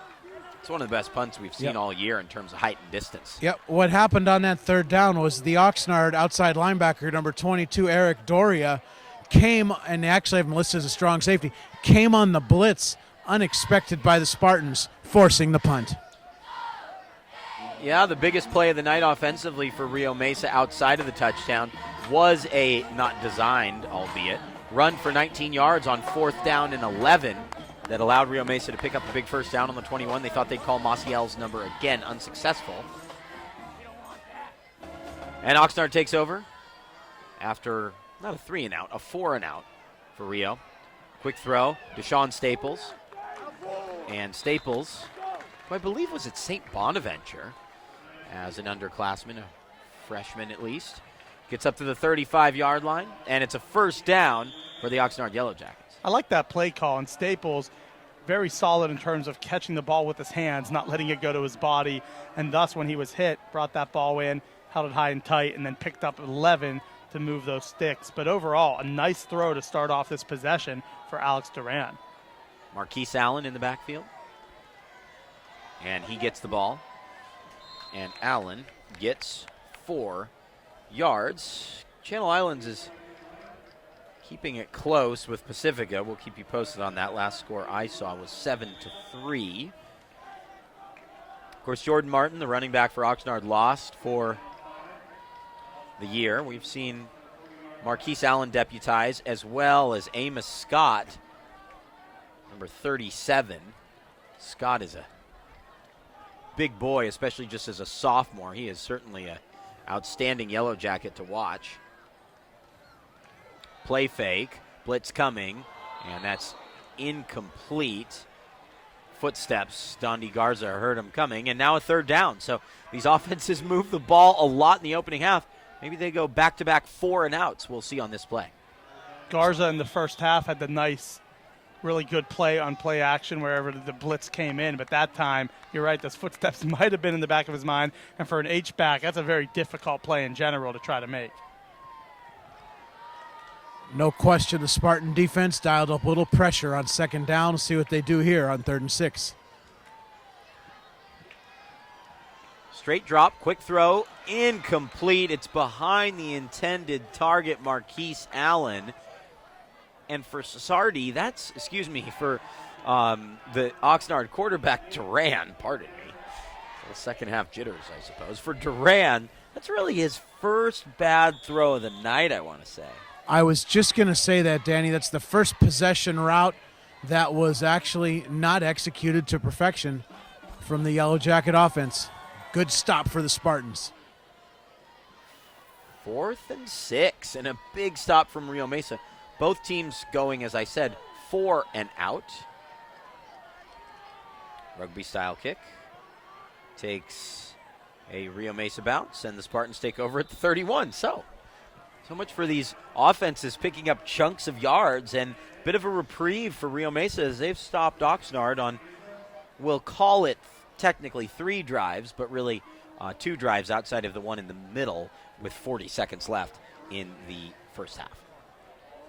So far, it's been a stalemate through the first 4 minutes. But I think the one thing that Rio Mesa has to look at is where do we put our quarterback in position to be a successful offense? When you get 3rd and 9, 3rd and 10 like they were last possession, this offense isn't made for that. It's meant for short yardage, quick throws, setting up 3rd and 3, 3rd and 2, and either running between the tackles, bouncing it outside, or having Maciel roll out and get Flores or Carbajal near those sidelines. And that was a good gain on first down. That's not what they did in their first possession after picking up that initial first. This is a give to Aguilera. Aguilera will be about a yard short of the first down. I wonder what the Spartans will do here. Maybe we'll see Baker come on the field. To me, it seems like a no-brainer. You would think so, but it looks like right now they're going to go with Aguilera as that only back out there. But they're once again going trips there on the far side. Maciel. Comes that weak side blitz again from the Yellow Jackets. Looks like a 5-man pressure could be coming here. J.P. Arbone showing blitz. There it is. And Maciel gives it to Aguilera. And Aguilera just dips and ducks his way for the first down. An Oxnard player wound up with the football. By the way, in the other game in the Pacific View League, Thomas Duckett ends the half with 152 yards in total offense, according to the Deuce. Tritons lead Channel Islands 14-3. Make sure you follow him, too, at Derry Eads. Can somebody tell Derry how to set up a profile picture? You mean the green egg isn't the best choice? Come on, Deuce. Here's Rush. Beyond midfield, beyond the first down sticks. And Rio Mesa is into Oxnard territory at the 40-yard line. A 16-yard gain on the carry from Dylan Rush. That's now 2 back-to-back great runs. Aguilera kind of dancing for that first down between the tackles, and now Rush being able to pick up 16 yards. So we know those two can do it. We know Baker can do it. They have quite the 3-headed monster there forming in this backfield, running between the tackles predominantly. Here's Maciel getting away from the rush, and hey, instead of losing about 4 or 5 yards, he picks up 2 or 3. We'll call it 2nd and 8 for Rio Mesa. It could have been worse. That was an empty formation with no one in the backfield for the Spartans. Now they're back to a traditional spread, 4-wide look. Maciel throws the inside screen. That's complete. Blocks weren't really set up, but still a decent gain for Carbajal. We'll bring up a 3rd down and 2, and really you have 2 plays to pick up the first down. Yeah, it looked like Carbajal might have been a hair early on that as the offensive line, and as you said, Danny, not quite in position. Still 3rd and 1, and you would think that this Rio Mesa team would go for it on 4th down. And they don't need to as Rush picks up the first down. Now, I love what the Oxnard band is doing here. They're playing some good jams tonight, but I'm not sure if they have their timing down in terms of you're not supposed to play when the opposing offense is on the field. What is the rule there? Is it just kind of commonplace that most bands don't do it? Because I think that's exactly why the official is stopping play right now, in my opinion. We'll see if there's another reason for it, but the band's not supposed to be playing. Yeah, they can't play when the other team breaks the huddle. Yeah, that's exactly what it is. I feel like I'm back in Miami, Florida a little bit, Travis Powell Stadium, where they have all the big city league games there. Those bands just play throughout the game, and there's almost no rules or regulations with that. But I was wondering, I started thinking, like, wait, is this really the home field advantage Oxnard has where their band just gets to play as the team is crossing midfield right in front of them? You have to wonder where the athletic director is in that situation. I think he's right next to you, isn't he? I don't believe so. Here is a quick throw. This one is complete again to Flores. Flores turns the corner and is down to the 12-yard line. I'll tell you what, I would have joined the band just so I didn't have to get yelled at by Coach Mack. Now the band members just got yelled at by Coach Mack. I've seen Coach Mack angry with some of his players sometimes. That could not be fun. Coach is a fiery guy, no question about it. He is. 2 backs in the backfield. It's great to see him back in Ventura County. Will carry, and actually it is one of the backup running backs for Rio Mesa. It's J.P. Arbone, and Arbone puts the Spartans in front. The crowd here at Oxnard a little shocked. A 12-yard touchdown run, 13-10 with 4:53 left in this game. In this quarter. I think that might have been his first carry of the game. And how about the run by Arbone there? Just a simple one cut going downhill, and he didn't really get any hands on him until he was about at the 2-yard line. A very effective drive for Rio Mesa. And you mentioned, Danny, just how important that first drive was to start the third quarter. They punted, their defense gets a huge stop, and now they answer and get their first lead. That one also goes off the upright and through. Is that, Will, you're down on that side of the field. Is that not the second time that's happened tonight for Rio Mesa? It is, and he's a left-footed kicker, and he's actually hooking the ball into that right upright.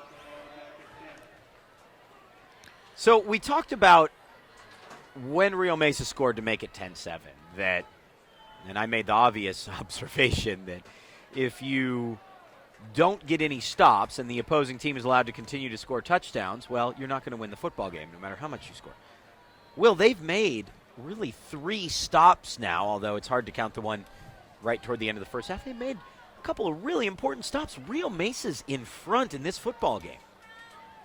Yeah, well, it's really a credit to Coach Bittner and his defensive staff for making some adjustments to tighten up their angles on the pass defense. The Oxnard running game has not been all that effective, so it really boiled down to defending some of those short routes. Then on the offensive side, very creative. You saw the Wildcat there. We've seen 5 wide. We've seen 4 wide. We've seen trips. A lot of looks from the Spartan offense.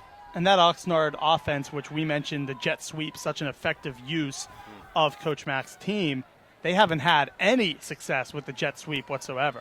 Another pooch kick. This one will fall on the ground and then be scooped up almost immediately. Credit to the Oxnard player who was there, Dustin Sanchez.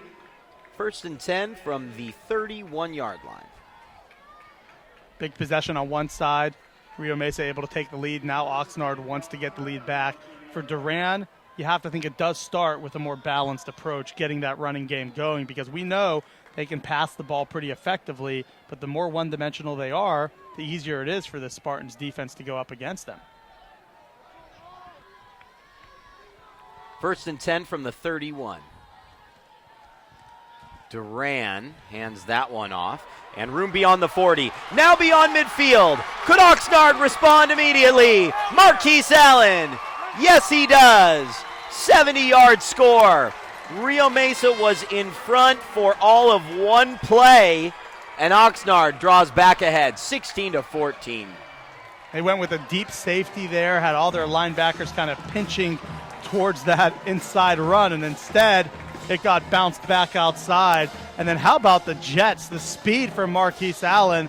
He was drilled earlier in this game near the goal line. He bounces back quickly, comes back in after being out for a play, and then that time gets around the corner, untouched for 70 yards into the end zone. What an answer for Oxnard. You guys hit it on the head. The Spartan defense, a little tight. They lost their containment. Had number 56, Christian Castellanos, defensive end, got really tied up there from the Oxnard offensive line in the middle of a tough double team. Wow, after a penalty on Rio Mesa for substitution, moves Oxnard down to the 1. They're going to go for 2 points here. That would have been, to me, a huge extra point to make it a 3-point game, but Oxnard will go for it. Duran will hand that off. And the Jackets do pick up 2, and it's 18-14. So a quick decision from Coach Mack, although all he had to do was give the ball to Ryan Caldera, and it's now a 4-point game. That changes the landscape of this contest, although I'm not sure Rio Mesa would kick a field goal considering their 2 PATs have gone off the upright. Big answer, and both Will and myself said they need to start getting the rush going. That's one way to do it. I thought they might go 6 rushes, 7 passes, try to methodically move the ball downfield and pick up a good 30 rushing yards. Instead, no, we'll just take 70 on one carry and get the running game back to where it needs to be. And now, because of that penalty, that 4-point edge is much more significant than just what the 3 could have been. But now it's become a battle. We were just saying how good these defenses have been. Not back-to-back possessions here, that the offenses have come alive. So it's an exciting game so far, Danny, but it's still anyone's ball game. This is a complete coin flip at this point. And it just has a different air to it, being a league game. Rio Mesa, backs against the wall, just 2 games after this. Oxnard obviously hoping for that showdown in the final week of the season with Pacifica.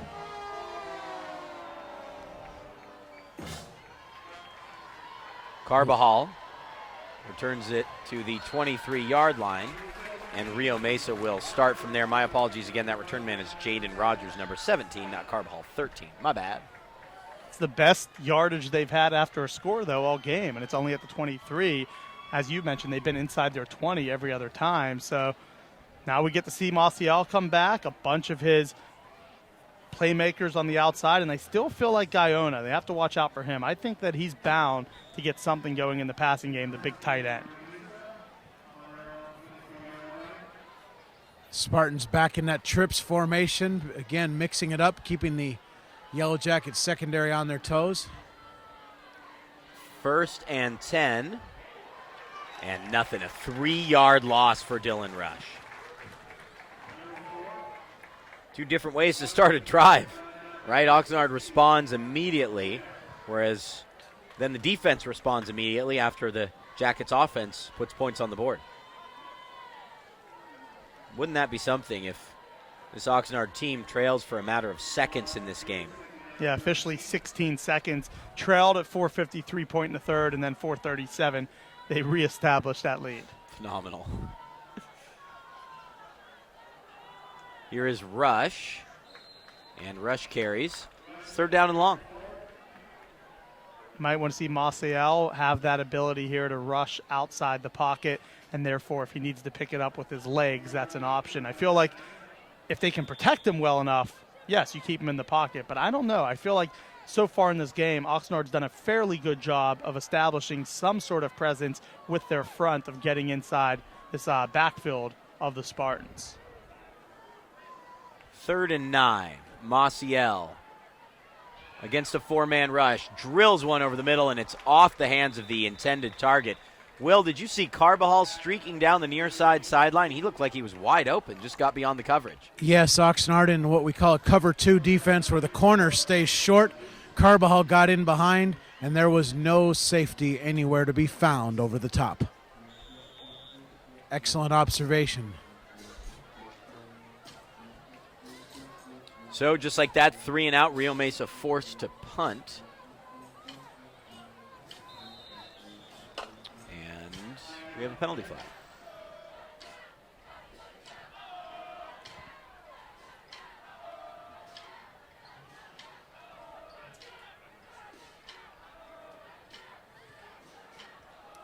That goes against Oxnard, but I don't think Rio Mesa would dare go for it on 4th down and 4.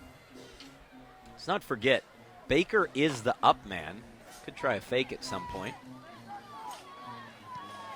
Rio Mesa gets the punt away. This one is high, but not very far. Yeah, last time he had quite the beauty of a punt. This time, so much air, and a lot of that had to do with the pressure.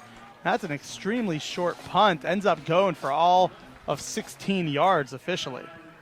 Royal leading Thousand Oaks 13-10 in the 3rd quarter.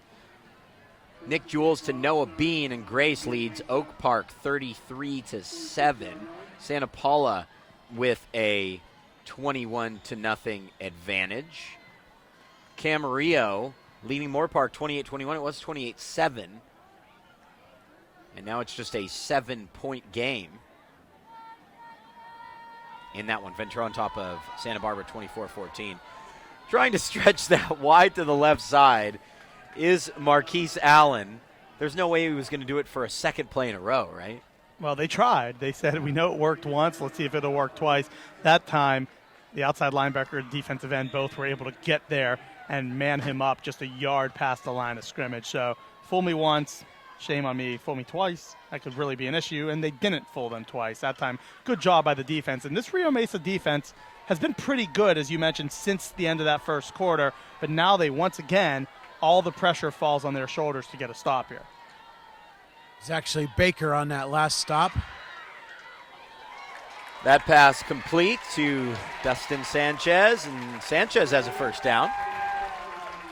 They're starting to get him a bit more involved in the game plan. I think early on we didn't get to hear too much from the senior wide receiver Sanchez, but now he's had a few catches, specifically going on plays like that where you're just looking at him 8 to 10 yards downfield, sure-handed senior, reliable player. And those are the type of guys you want if you're Coach Mack, where you can say to your quarterback, Duran, you can go to all 5 or 6 weapons, but here's a couple seniors in Sarti and Sanchez that we know we can rely on in those situations.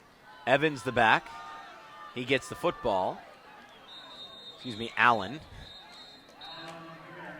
And Allen, no gain. Clock continuing to run as we make our way toward the end of the third quarter. And that's important at this point. The clock does continue to move. They're in plus territory. They're at the 35, which could very well be 4 down territory. And a 1-score lead, if they get another touchdown, it becomes a 2-score lead. It's not insurmountable, but that would put the Yellow Jackets in a great shape. So Oxnard ends up taking a timeout here. Pace kind of slowing down a little bit in this game, and I think that's what Oxnard wants at this stage, right? Like, they know that they can run the football somewhat effectively, throw short. They want to use a lot of time, score a touchdown, and in a lot of ways try and close this thing out. And that has to be the longest amount of time from start of the game until 1:27 remaining in the third without a timeout used. That was 34 minutes and 33 seconds of game time, Danny, where neither coach decided to use a timeout. So it's been well coached, well played. There hasn't been that big turnover. It's been fundamentally sound. So far, the difference has been Oxnard made a play on its last 2 possessions, one on defense, one on offense, and thus are putting themselves in position to try to get a 2-score lead.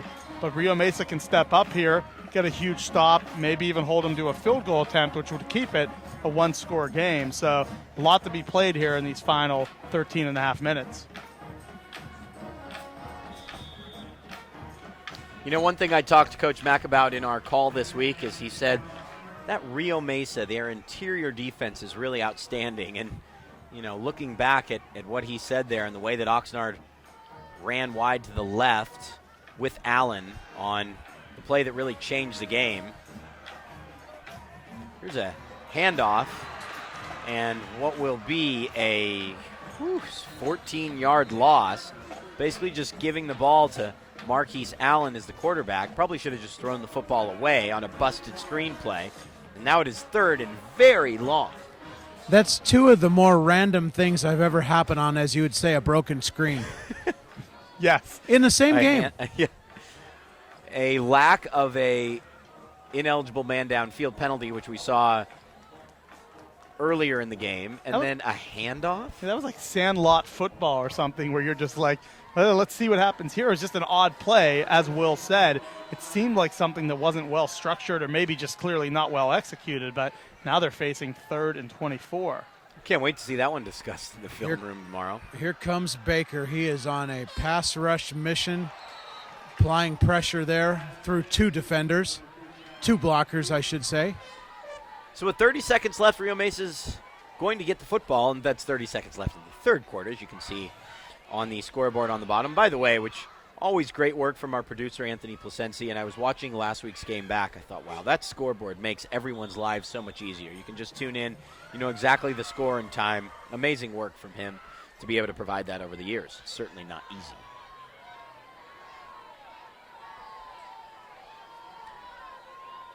Rafael Vargas will punt. Back to receive is Mike Flores. Vargas gets that away. Flores will take it on the run. Gets to the 20. Flores now beyond the 30. And Rio Mesa starts from the 35-yard line. Is there a penalty flag down? Yes, there is at the 21. Did the Spartans do it again? It appears like it. Yeah. Maybe blocking the back after the initial catch. Those line drive punts are very interesting. If you can pull those off effectively and keep it away from a player, it's great. But if it gets right to the return man, a lot of times he's catching it in stride. It's such a short hang time that you can get some positive yardage, but instead it appears that, well, maybe there wasn't actually a flag. It might have been down a there. towel on the field or something along those lines. No penalty flag. If Oxnard can hang on here, they are surely on a collision course with Pacifica. The Tritons are up 21-10. That game is in Week 10 on the road for the Jackets. But bigger fish to fry tonight as Rush reverses field, takes a huge hit, stays on his feet, and 7 of the 11 players on the Oxnard team bring him down at the 42. Nice gain on first down. You've been saying that's a huge key all night, Kent, for Rio Mesa. And a positive gain here on the opening play of this drive. Positive gain and yards after contact. They hit at the line of scrimmage, and then Rush was able to bounce outside and pick up those 4 or 5 yards and now set up what should be a much more manageable, actually, say 7 yards, and set up a 2nd and 3. So as you mentioned, Danny, a really good job by these running backs in this third quarter. And now we go to the fourth, kind of the same way we went to the half, where it's anyone's game. Give the Spartan offense some credit. They have stayed tough all night, and they have stuck to their game plan and stayed within their character. And really, whoever has the ball last could win this game tonight. That's certainly how it feels. It'll be 2nd and 3 to start. I have a bit of a funny anecdote before we get started here. I was hoping, homecoming, I sarcastically disclose, and maybe not so sarcastically, how much I loathe some of these homecoming ceremonies. They last like half an hour. There's fireworks. It's absolutely ridiculous. I wish I was here for homecoming next week. And let me tell you why. Is that at each high school homecoming ceremony, there are student representatives, obviously, from each class. There's also a faculty representative, right? And at Oxnard, it's called the Duke of Homecoming. I guess on the female side, that would make it the Duchess. I don't know. The Duke of Homecoming next week is my father. And it would have been really funny to see my dad, who's taught at Oxnard for 17 years and was a football coach at one time, driving around in the car, waving to the crowd. Oh, my gosh. Somebody will be filming it. You'll have to request the footage. Hopefully it's up on YouTube or somewhere online that you can check it out at a later time. Oh, man. It's 2016. There's people filming everything. That would have been really fun to be here. This is the second stoppage over the band. Yeah, that's really annoying.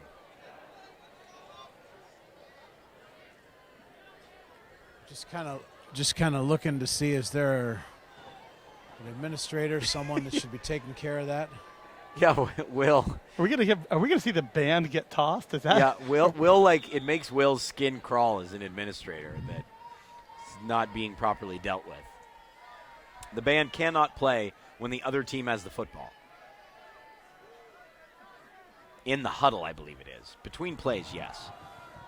Maciel, option, pitch, rush, beyond midfield. So Rio Mesa gives up that big touchdown. They give the ball right back, but they stop Oxnard after a 14-yard loss on third down, and now they're in Oxnard territory. They're not dead yet. Yeah, in Oxnard territory, early fourth quarter, and I like the way that they're using all these running backs. Aguilera, Rush, and Baker are all very different, but they've utilized all 3 of them. And then Carbajal has been effective as a receiver. Flores has made plenty of catches, especially between the 40s. And Maciel settled in extremely nicely. After the first quarter where the edge was clearly with Duran on the quarterback battle, I think these last 2 quarters, Maciel's probably played better than Duran overall. He's been very effective. I tell you what, when these two link up next year, I mean, this is a great game between these two schools, but as senior quarterbacks, Duran, Maciel, boy, that's going to be a battle. Will, are you talking it out with the administration down there? She's actually the athletic secretary, maybe for about 20 to 30 years here. We're just reminiscing about old times in the Oxnard Plain. I once taught a summer school class here. Is there a school that you haven't been involved with? Buena. That's one. Buena, Wainimi, Rio, and Camarillo, no. CI, Oxnard, Pacifica, yes. So I got half the league covered. A gain of a yard. 3rd and 4. This could be 4 down territory, depending on depending on how many yards to gain there are. But Rio Mesa has really put up a fight tonight, going toe-to-toe with co-favorites to win the league, I would say Oxnard and Pacifica, both seen as the teams with the advantage. Wainimi with the night off, by the way. Here's a handoff to Rush, and he does pick up the first down. Very close, and yes, he has it, and Rio Mesa's still on the move. Yeah, barely got the first down, but picked up just the amount of yardage needed. And now the clock continues to wind here. And I think right now, if you're Coach Bittner, you must feel really good about this running game. I'm not saying you don't need to pass the ball, but on first down, I would continue to try to run as much as possible and see if you can continue to pick off 4, 5, 6 yards, because then that opens up everything else very easily. They really have a nice thing going behind Baker in the lead block. Now you see a counter back away from Baker's side. Pyle pushing forward to the 36. That's a 3-yard gain. Not a bad gain on first down. Between Guyona and Baker, you can't ask for two larger H-back tight end figures to set the edge for the Spartans. They are massive individuals.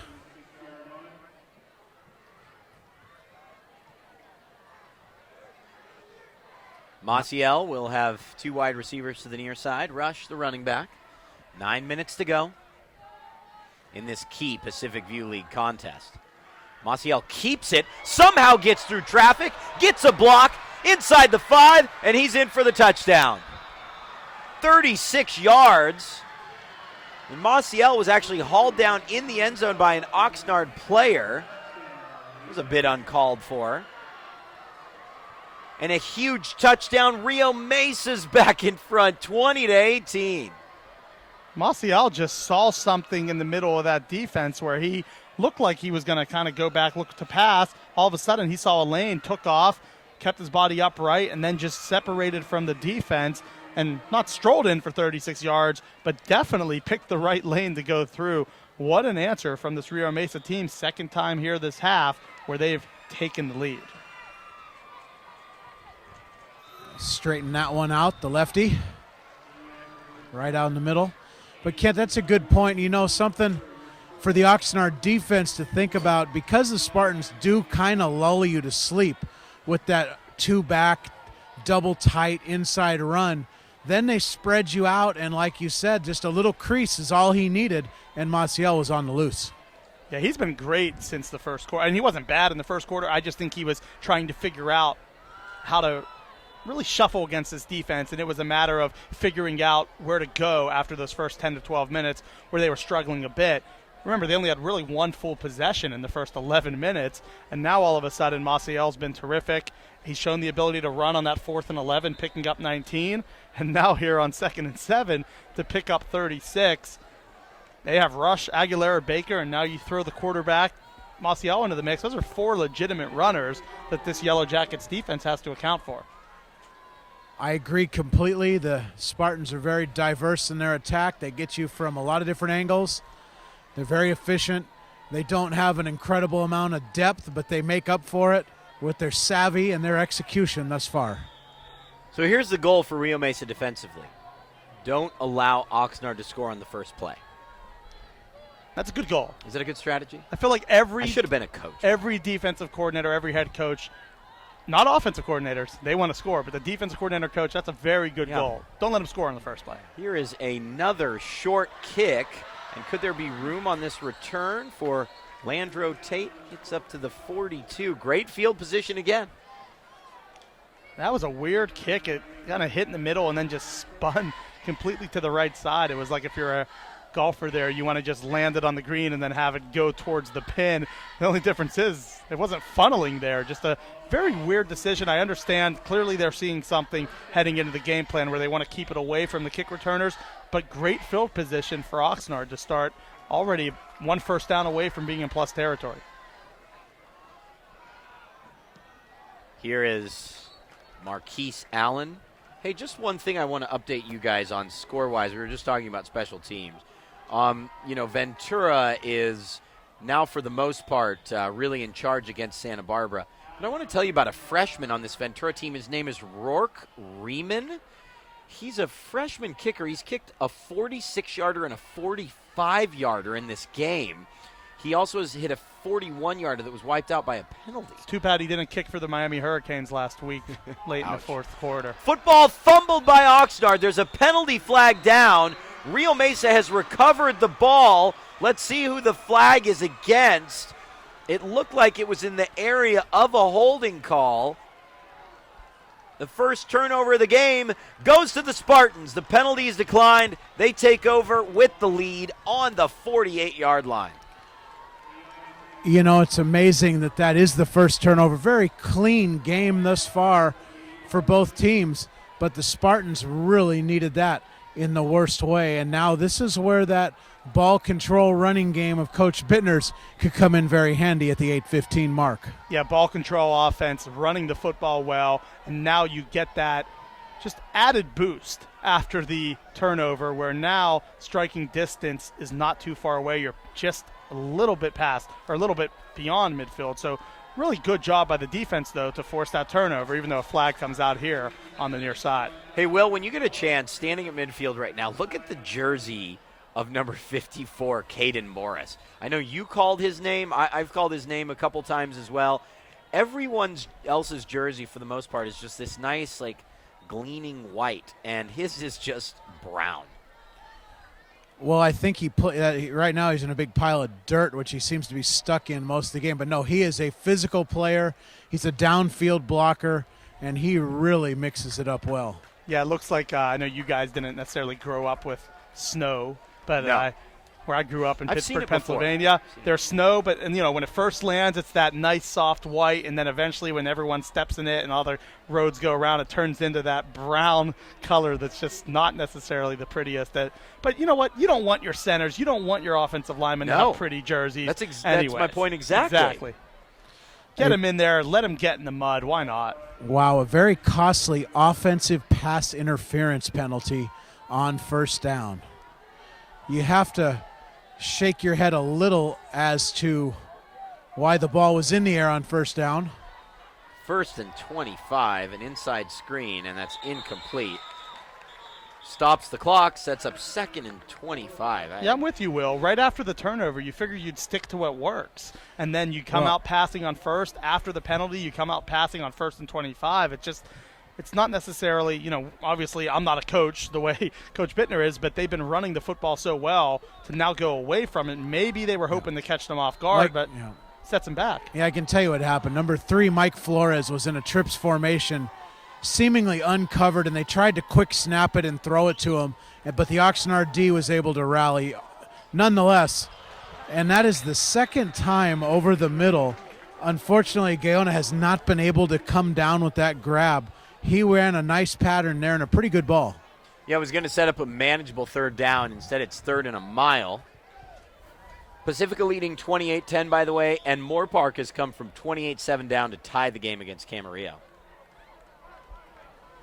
So 3rd and 25. Oxnard has to like the situation they're in. They should get the football back with decent field position, barring a wild turn of events here on 3rd and very long after that pass interference penalty.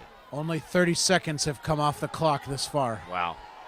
Maciel looking to throw it downfield. Now trying to get away, and he's sacked. Maciel loses 3 yards only, but it's really the momentum behind making a big defensive play. Credit Eric Doria with the sack. Yeah, he's been good, especially here in this fourth quarter. He stood up Dylan Rush earlier on an inside run, and then this time coming in for the sack. And after they desperately needed a stop, the offense turns it over. The defense steps up. Penalty, and then a sack to end that possession. Really good job by the Oxnard defense. It's like a substitution infraction on one of the teams. 2, 3, 4, 5, 6, 7, 8, 9, 10, 11. Well, we know the band wasn't playing, so it's not a band infraction. It's not a band infraction. Oh, Rio Mesa's going further back. So the Spartans jump in front in this game. They then get the game's first turnover, and now it's 4th and 33. So really for Oxnard, And all while taking only about a minute off the clock. So really for Oxnard, very little will have changed when they get the football back here.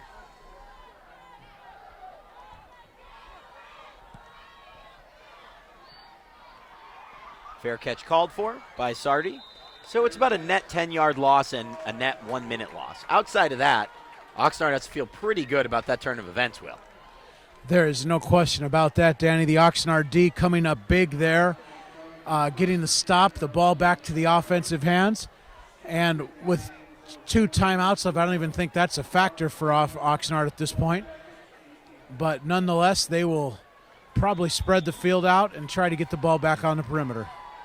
Oxnard, if they can pull this out tonight, are a home win away from CI. A home win against CI away from going into the final game of the season with an unbeaten league record. But this is a big drive. Marquise Allen around the right side, and he's up to the 45-yard line. I don't want to say this drive is necessarily the season for the Jackets. It may be defensively for Rio Mesa.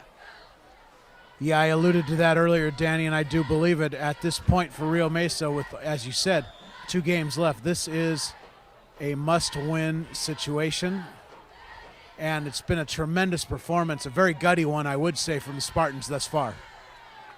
Rio Mesa in Division 8 in the postseason, Oxnard in Division 6. It'll be interesting to see how those playoff pairings shake out. That run is for a yard, maybe, probably closer to no gain. And it's 3rd and 5. Good first and second down so far from the Spartans defense. But we know at this point in the game, you have to think if you pick up a few here in your 4th and 1, 4th and 2, you might roll the dice and go for it. But big job on 3rd down. Remember in the first quarter, they were getting all of these 3rd downs. Since then, not as much. Ref stops play. It's not because of the band, is it? I don't believe so. Yeah, no, it looks like an Oxnard player needs some attention. Yeah, Marquise Allen. Yeah, Marquise Allen.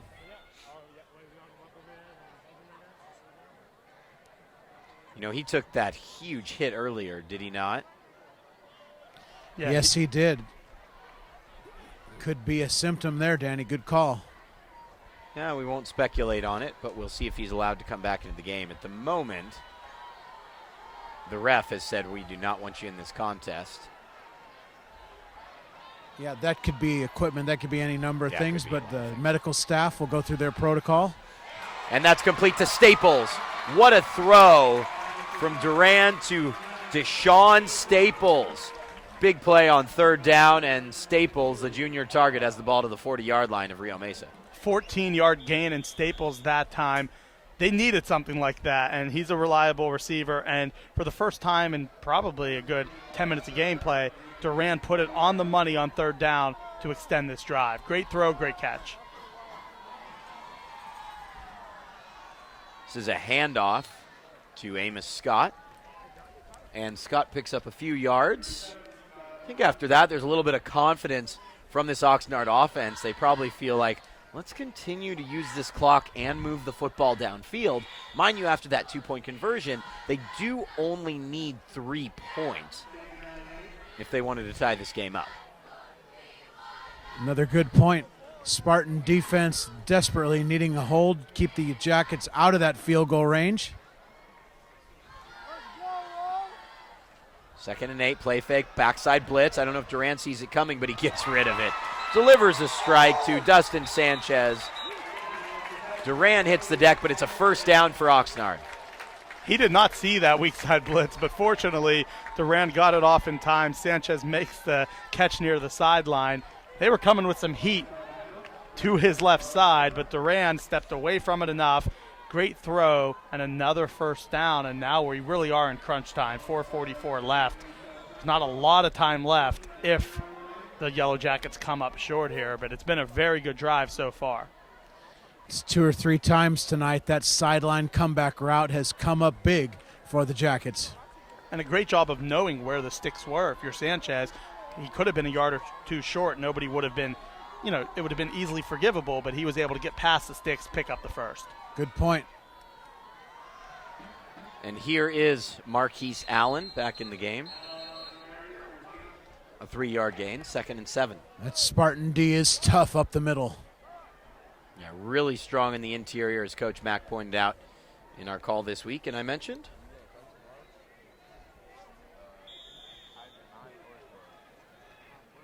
Oxnard trying to move to 2-0 on the season.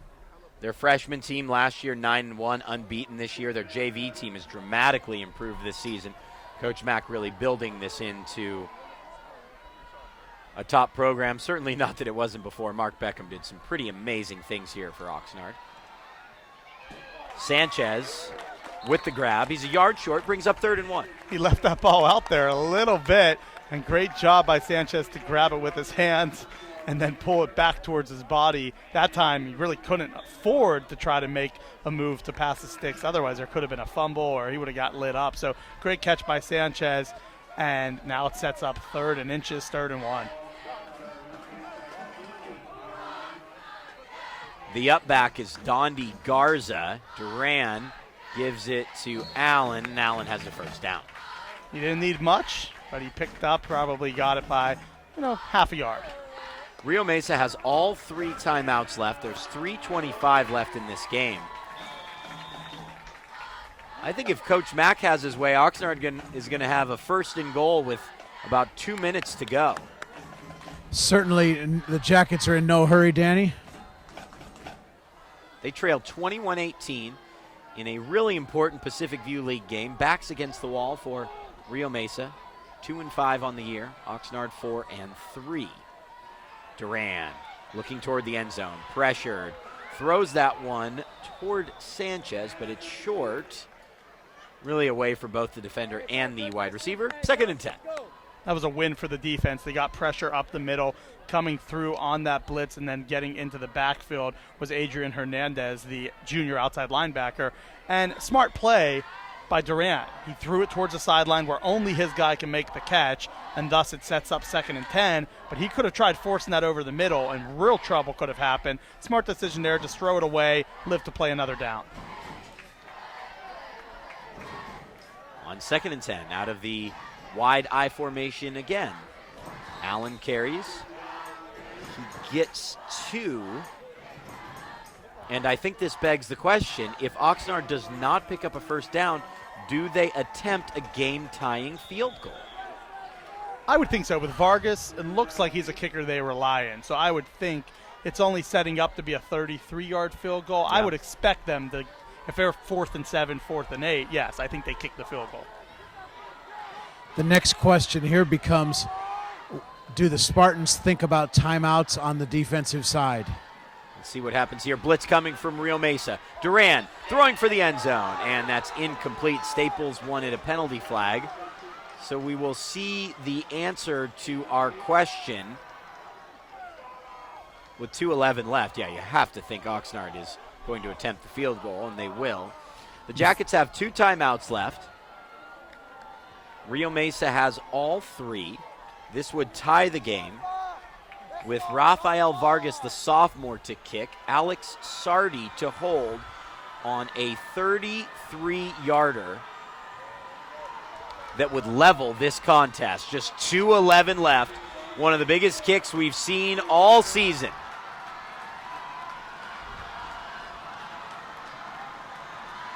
Sardi gets it down. The kick is blocked! Blocked by Rio Mesa. This is Rio a live Mesa ball. has picked it up. Some of their players are on the field. There's a penalty flag down. Rio Mesa returned it to the 40. It was a really heads-up play from Rio Mesa to pick it up, but players were on the field, and the Oxnard players mightily frustrated after that kick was blocked. He was right on it, Danny. He wanted that ball to roll into the end zone for the touchback, but it is a live ball off the hands. Had to return it, and there's flags everywhere. Also on the near side, near Oxnard, this could be offsetting penalties, which is probably the best thing the Spartans could hope for. How about that?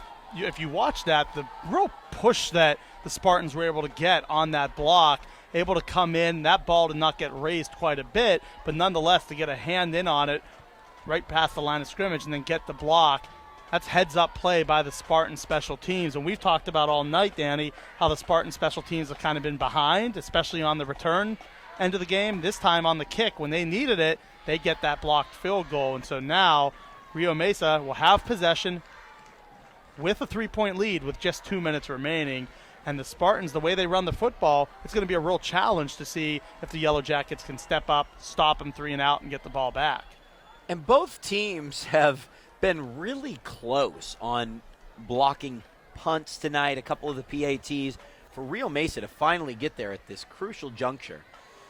Although, again, the football is up at the 45, which would have been massive for this Rio Mesa team. I think they might be somewhere back. There's also a penalty flag down at the 14. We'll see if it's for the same issue. Well, there's another one right here in front of us as well. Yeah, at the 44. Yep, right? There's several, and on the far side. There's 3 flags on the field. So this should be very interesting.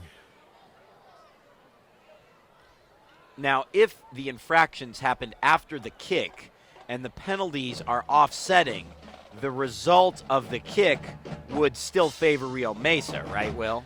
I don't think that is in question. There were no flags on the field clearly until the return. Prior, correct. So I think this really amounts to is where they're going to spot this ball. And it appears the flag at the near side here on the sideline here in Oxnard, Doria, the senior wide receiver or the senior running back linebacker, took his helmet off on the field. Yes, he did. So that could very well be the penalty here for the Oxnard Yellow Jackets. Just to bring you up to speed on some other scores, Riemann for Ventura, the freshman kicker, does get a 41-yarder through now. It's 30-14 Ventura over Santa Barbara. Camarillo Moorpark is just a thriller, guys. Moorpark scored 28 straight to take a 35-28 lead, and now Camarillo scored on a 73-yard touchdown run from Colby Dowling. That one's 35 all. Nate Davis scores to give Thousand Oaks a 17-13 lead, and Michael Barker scores for CI. That's 28-17.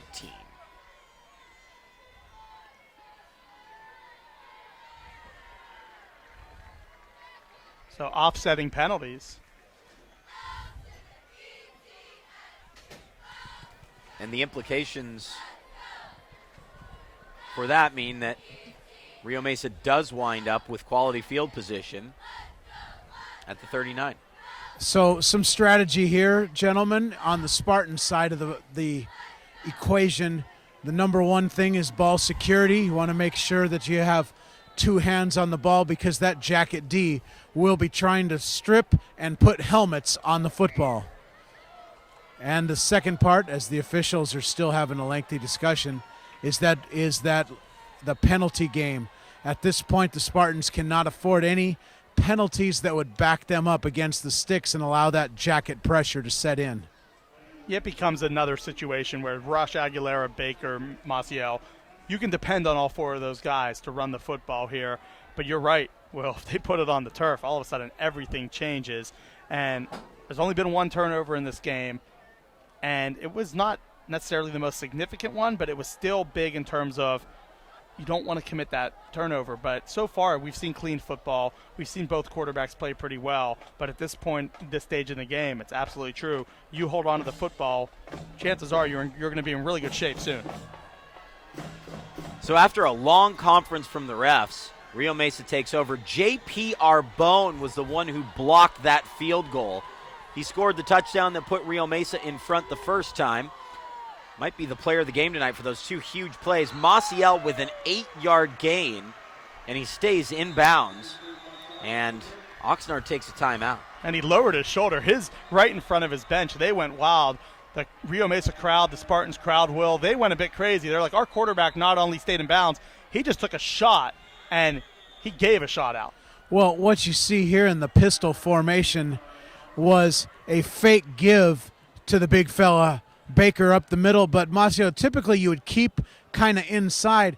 He actually rolled outside the pocket on that keep, which is very unconventional but effective, because the Oxnard D has gone to what we've talked about it before with the 5 down linemen, that bare front for Buddy Ryan and the Chicago Bears 1985.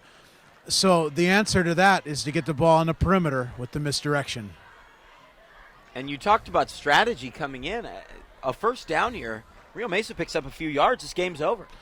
Yeah, there's no question at this point Rio will probably have the multiple tight ends and try to stay as vertical as they can. Again, not wanting a turnover and certainly not a penalty, so don't expect much movement or anything fancy. You could see here, pistol formation. You got a tight end and an H-back at the top side, and this will certainly be a run-off tackle. Here comes the shift, and this will either be a off-tackle run or a counter. And a big play for Oxnard defensively to really keep the Yellow Jackets alive in this game. A 3-yard loss. It's now 3rd down and 5, just to plant a seed of doubt. Oxnard uses their final timeout, 1:44 left. Boy, that was a big play. That was big. It was risky to bounce it outside, and ultimately it ended up costing them 3 yards. And now, instead of being 3rd and 1, 3rd and 2, you're 3rd and 5. And that does bring in the passing element now. With no timeouts left, it becomes an issue of if Rio Mesa runs this and doesn't get it, they still, by the time they punt, there's under a minute remaining. And if you get a good punt, that backs Oxnard up. But if you pass and you go incomplete, there'll be 135, 137 left.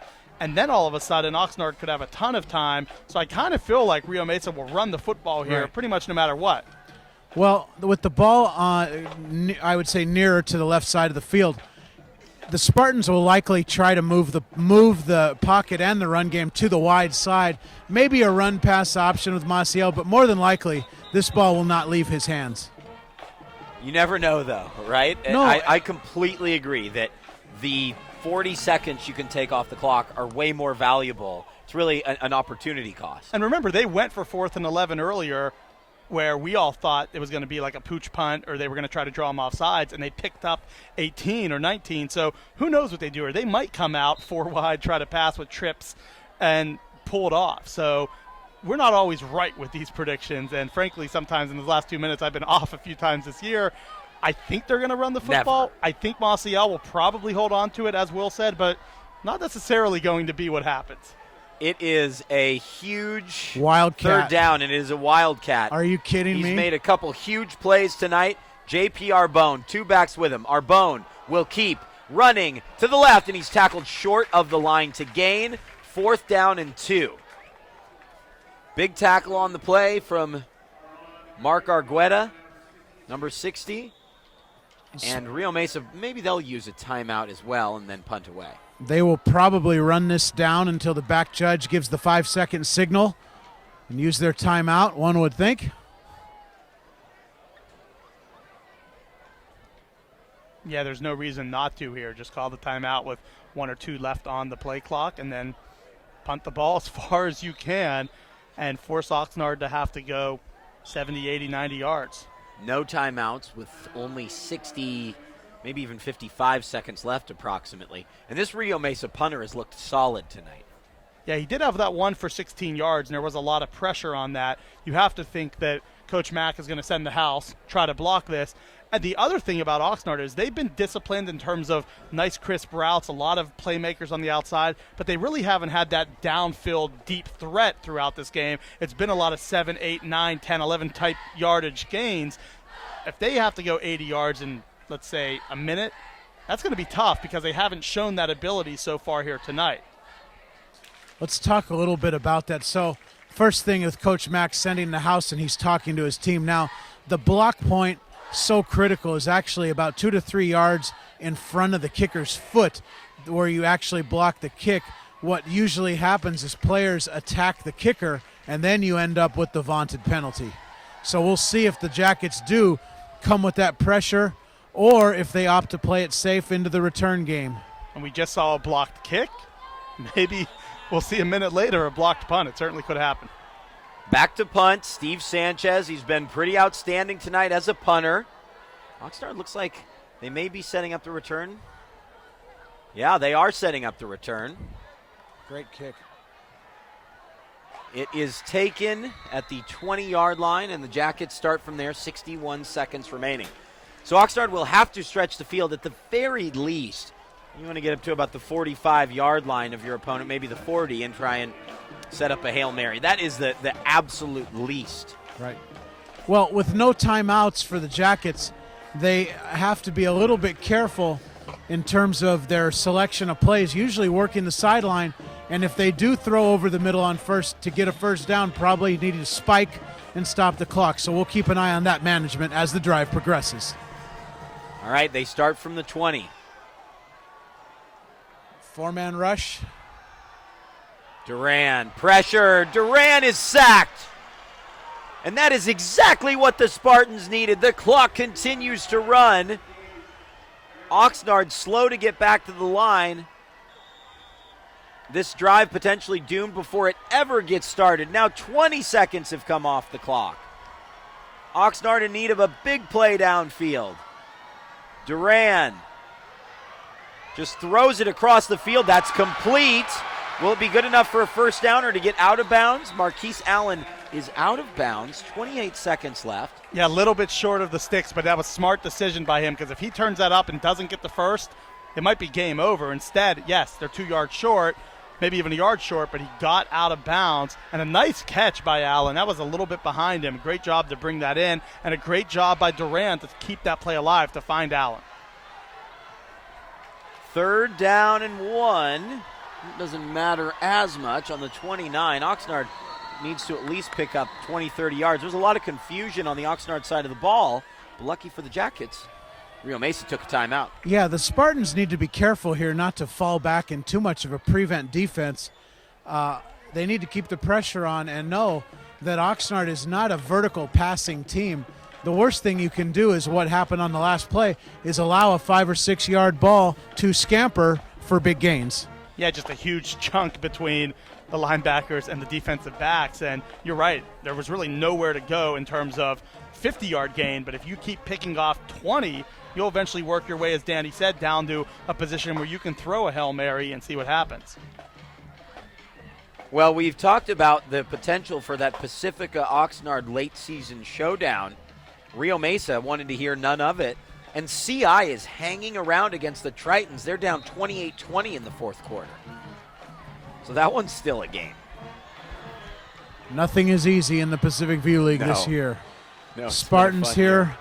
And it looks like, I don't know what they're trying to do here. It looks like a single safety. You have a rover in the middle of the field, which is smart. Completion to Staples, near side, and that takes care of the pesky down marker. So it's 1st and 10. Oxnard's at the 37. Probably still need to pick up about 20 yards so that you're in position for a Hail Mary.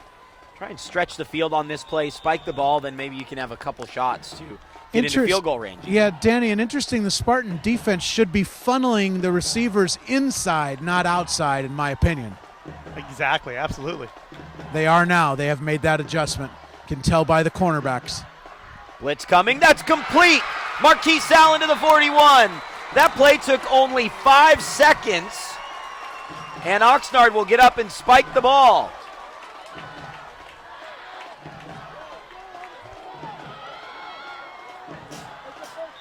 And the clock starts. The Jackets spike the ball. 2 seconds go off. 18 seconds left. Another one of those, and they could try a field goal again. You think that's the attitude, Will, is to get another 20 yards? No, Coach Mack is going for a touchdown here, and there is not even a second thought on his mind. We'll see. I mean, if they get to, let's say, the 20 and there's 3 seconds left, they might kick. I don't know. That's the reason I say that, is unless you can spike a ball, they won't be able to run the field goal team on. Right. 2nd and 10 from the 40, 18 seconds left for the Jackets. Blitz coming from Rio Mesa. Duran gets rid of it, and to me it looked like an incomplete pass, but wouldn't there be an intentional grounding call? If that's the best thing that could happen to Oxnard, is that's an incomplete pass call. Maybe, I mean, Allen could have been, in theory, nearer to the ball that they ruled it incomplete. I know there were a few linemen around there. Maybe Marquise Allen was close enough that they aren't ruling a grounding, but now they're talking it over. There's an Oxnard player down on the field. That's Nelson Mendez. Now they just drew the flag. A penalty flag. I'm not sure what the rule is in high school in terms of a flag related to intentional grounding. I think it would be a 10-second runoff. Yeah, I don't know that they have the runoff in high school football. Although they might, if they might in the last minute, but I'm not sure of that. Is it possible? Plus I'm just the going injuries. to put this There's out two exactly. things. If we were at the next levels of this football game, the game would actually be over right now because of an offensive penalty and a 10-second runoff, and then an injury to an offensive player and another 10-second runoff. That could be the case in some other levels of football, yeah, which is unfortunate that there's an injury right now, and now the referees are discussing it to see what we come up with here. As of now, 13 seconds left. Ball is at the 40, but it looks like at the minimum it's going to be backed up to the spot where the foul occurred. Nelson Mendez has been really impressive tonight. 6'4", 240-pound tackle. Probably fill out a lot in Coach Mack's new weight room. And Will, how about this defensive line now? They really didn't touch Duran at all in the first half, and now twice in this final possession they've sacked him, or almost sacked him on this one. Penalty flag is being waved off. They must have thought Allen was close to the football. What a break for Oxnard. Yeah, between Baker and that Spartan D-line, they have deceptively ramped up their pressure, and it's really just in their pass rush. They haven't had to come with the blitz. It's just really a relentless effort on the pass rush thus far.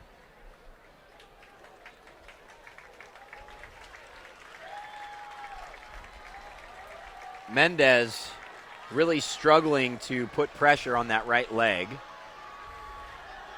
No runoff, no penalty. That is a big win for this Oxnard team.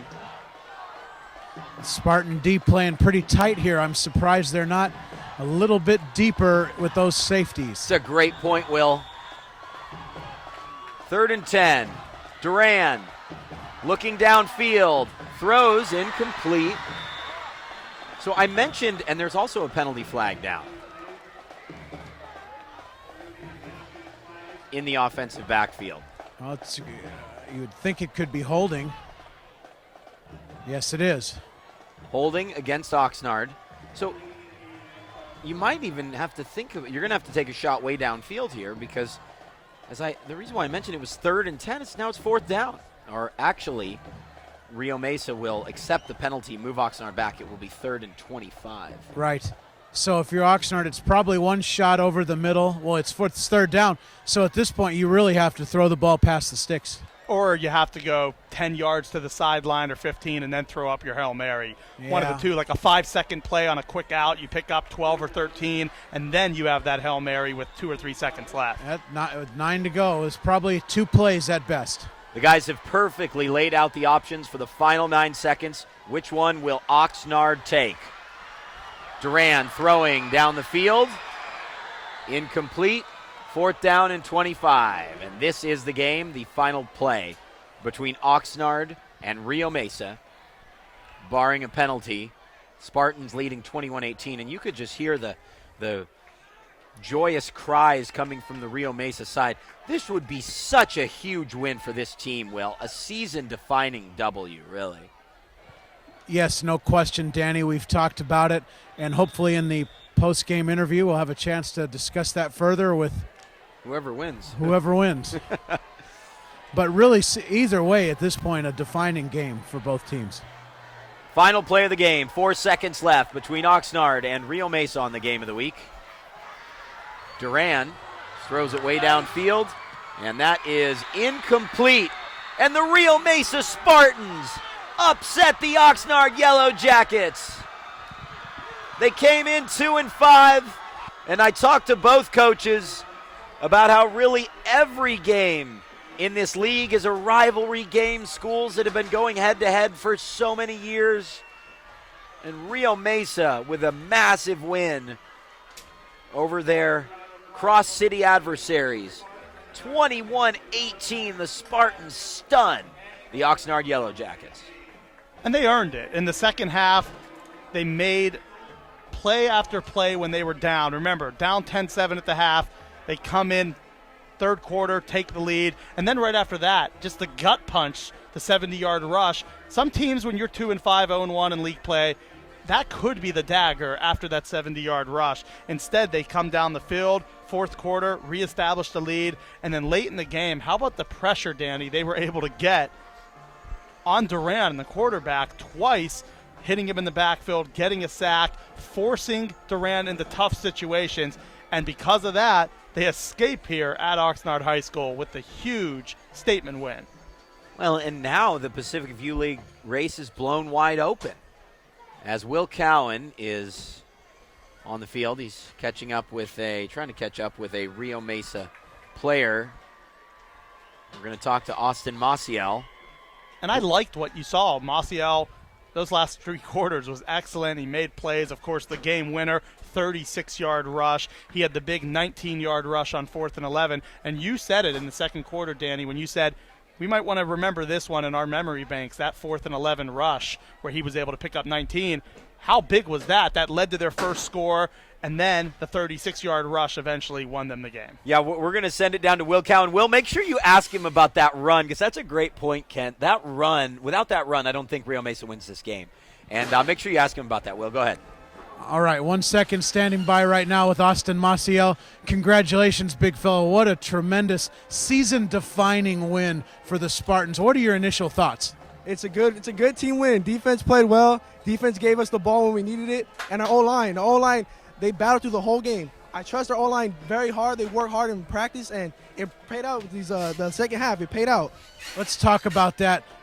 Especially, you had one run out of the pistol with a fake handoff to the left, and you kept it over the right side for a huge gain. What did you see on that play behind that big offensive line? It was kind of a read, and I messed up on my read, and so I just basically tried to make the hole where the hole's at, and I just hit the hole, and we scored. Trust my O-line. Yep, we had some great vision on it. Let's talk about that defense. Trouble early, getting down 10-0, but then the adjustments came, and they did a good job getting that Oxnard pass offense off the field. How proud are you of those guys? I'm very proud. In practice, they always stop us. And I know I have faith in my defense. That's why I told Coach, let's punt it, and I have faith in my defense that they're going to get us a stop and get us the big dub that we need. All right, well, hey, congratulations. Much-deserved win for the Spartans tonight. Go enjoy this with your teammates. All right. Thanks to Will Cowan for his contribution tonight. As always, Will will be up with you in the booth next week, Kent, as you'll have the play-by-play. I'll be in the Pacific Northwest. And I think he said he had 2 great points at the end. He said, we got a big win that we need. They needed this one. You could feel it. This was their season tonight, and they come away with a huge 21-18 victory. Yeah, sometimes we overuse the word necessity when we broadcast or need, but it really was a must-win for this team. And now you get your first league win, you knock off your crosstown rival, and then, of course, like you said, now you're 1-1 in the Pacific View League the same way that Oxnard is. And you, as I mentioned, I can't overemphasize this enough. In the second half twice, Oxnard gets the lead from you. It's easy when you're 2-5 to kind of go through your head and say, we've been here, we haven't gotten it done, and kind of fall apart. Instead, twice tonight, including after being down 10-0, if you want to include the early portion, every time they were hit, they came back stronger. They were able to hit them back, and then finding a way in that fourth quarter, you get that game-winning score. But that was with 8:55 left. They still had to play great defense, and they continually made enough plays in those final 9 minutes to win this ball game. Yeah, they didn't really do too much to get to Durant early on. They did to close the game out. A massive win for the Rio Mesa Spartans. The game of the week continues. Next week, we'll announce our game on VCS Preps Twitter account. Follow us at VCS Preps. We move to week number 8 of the season. Every league underway next Friday night. For Will Cowan down on the field, our producer Anthony Placencia and Kent Brown joining me in the booth. My name is Danny Page. I will see you boys and girls in November. Have a tremendous couple weeks with this outstanding broadcast team as league play really gets underway. Good night.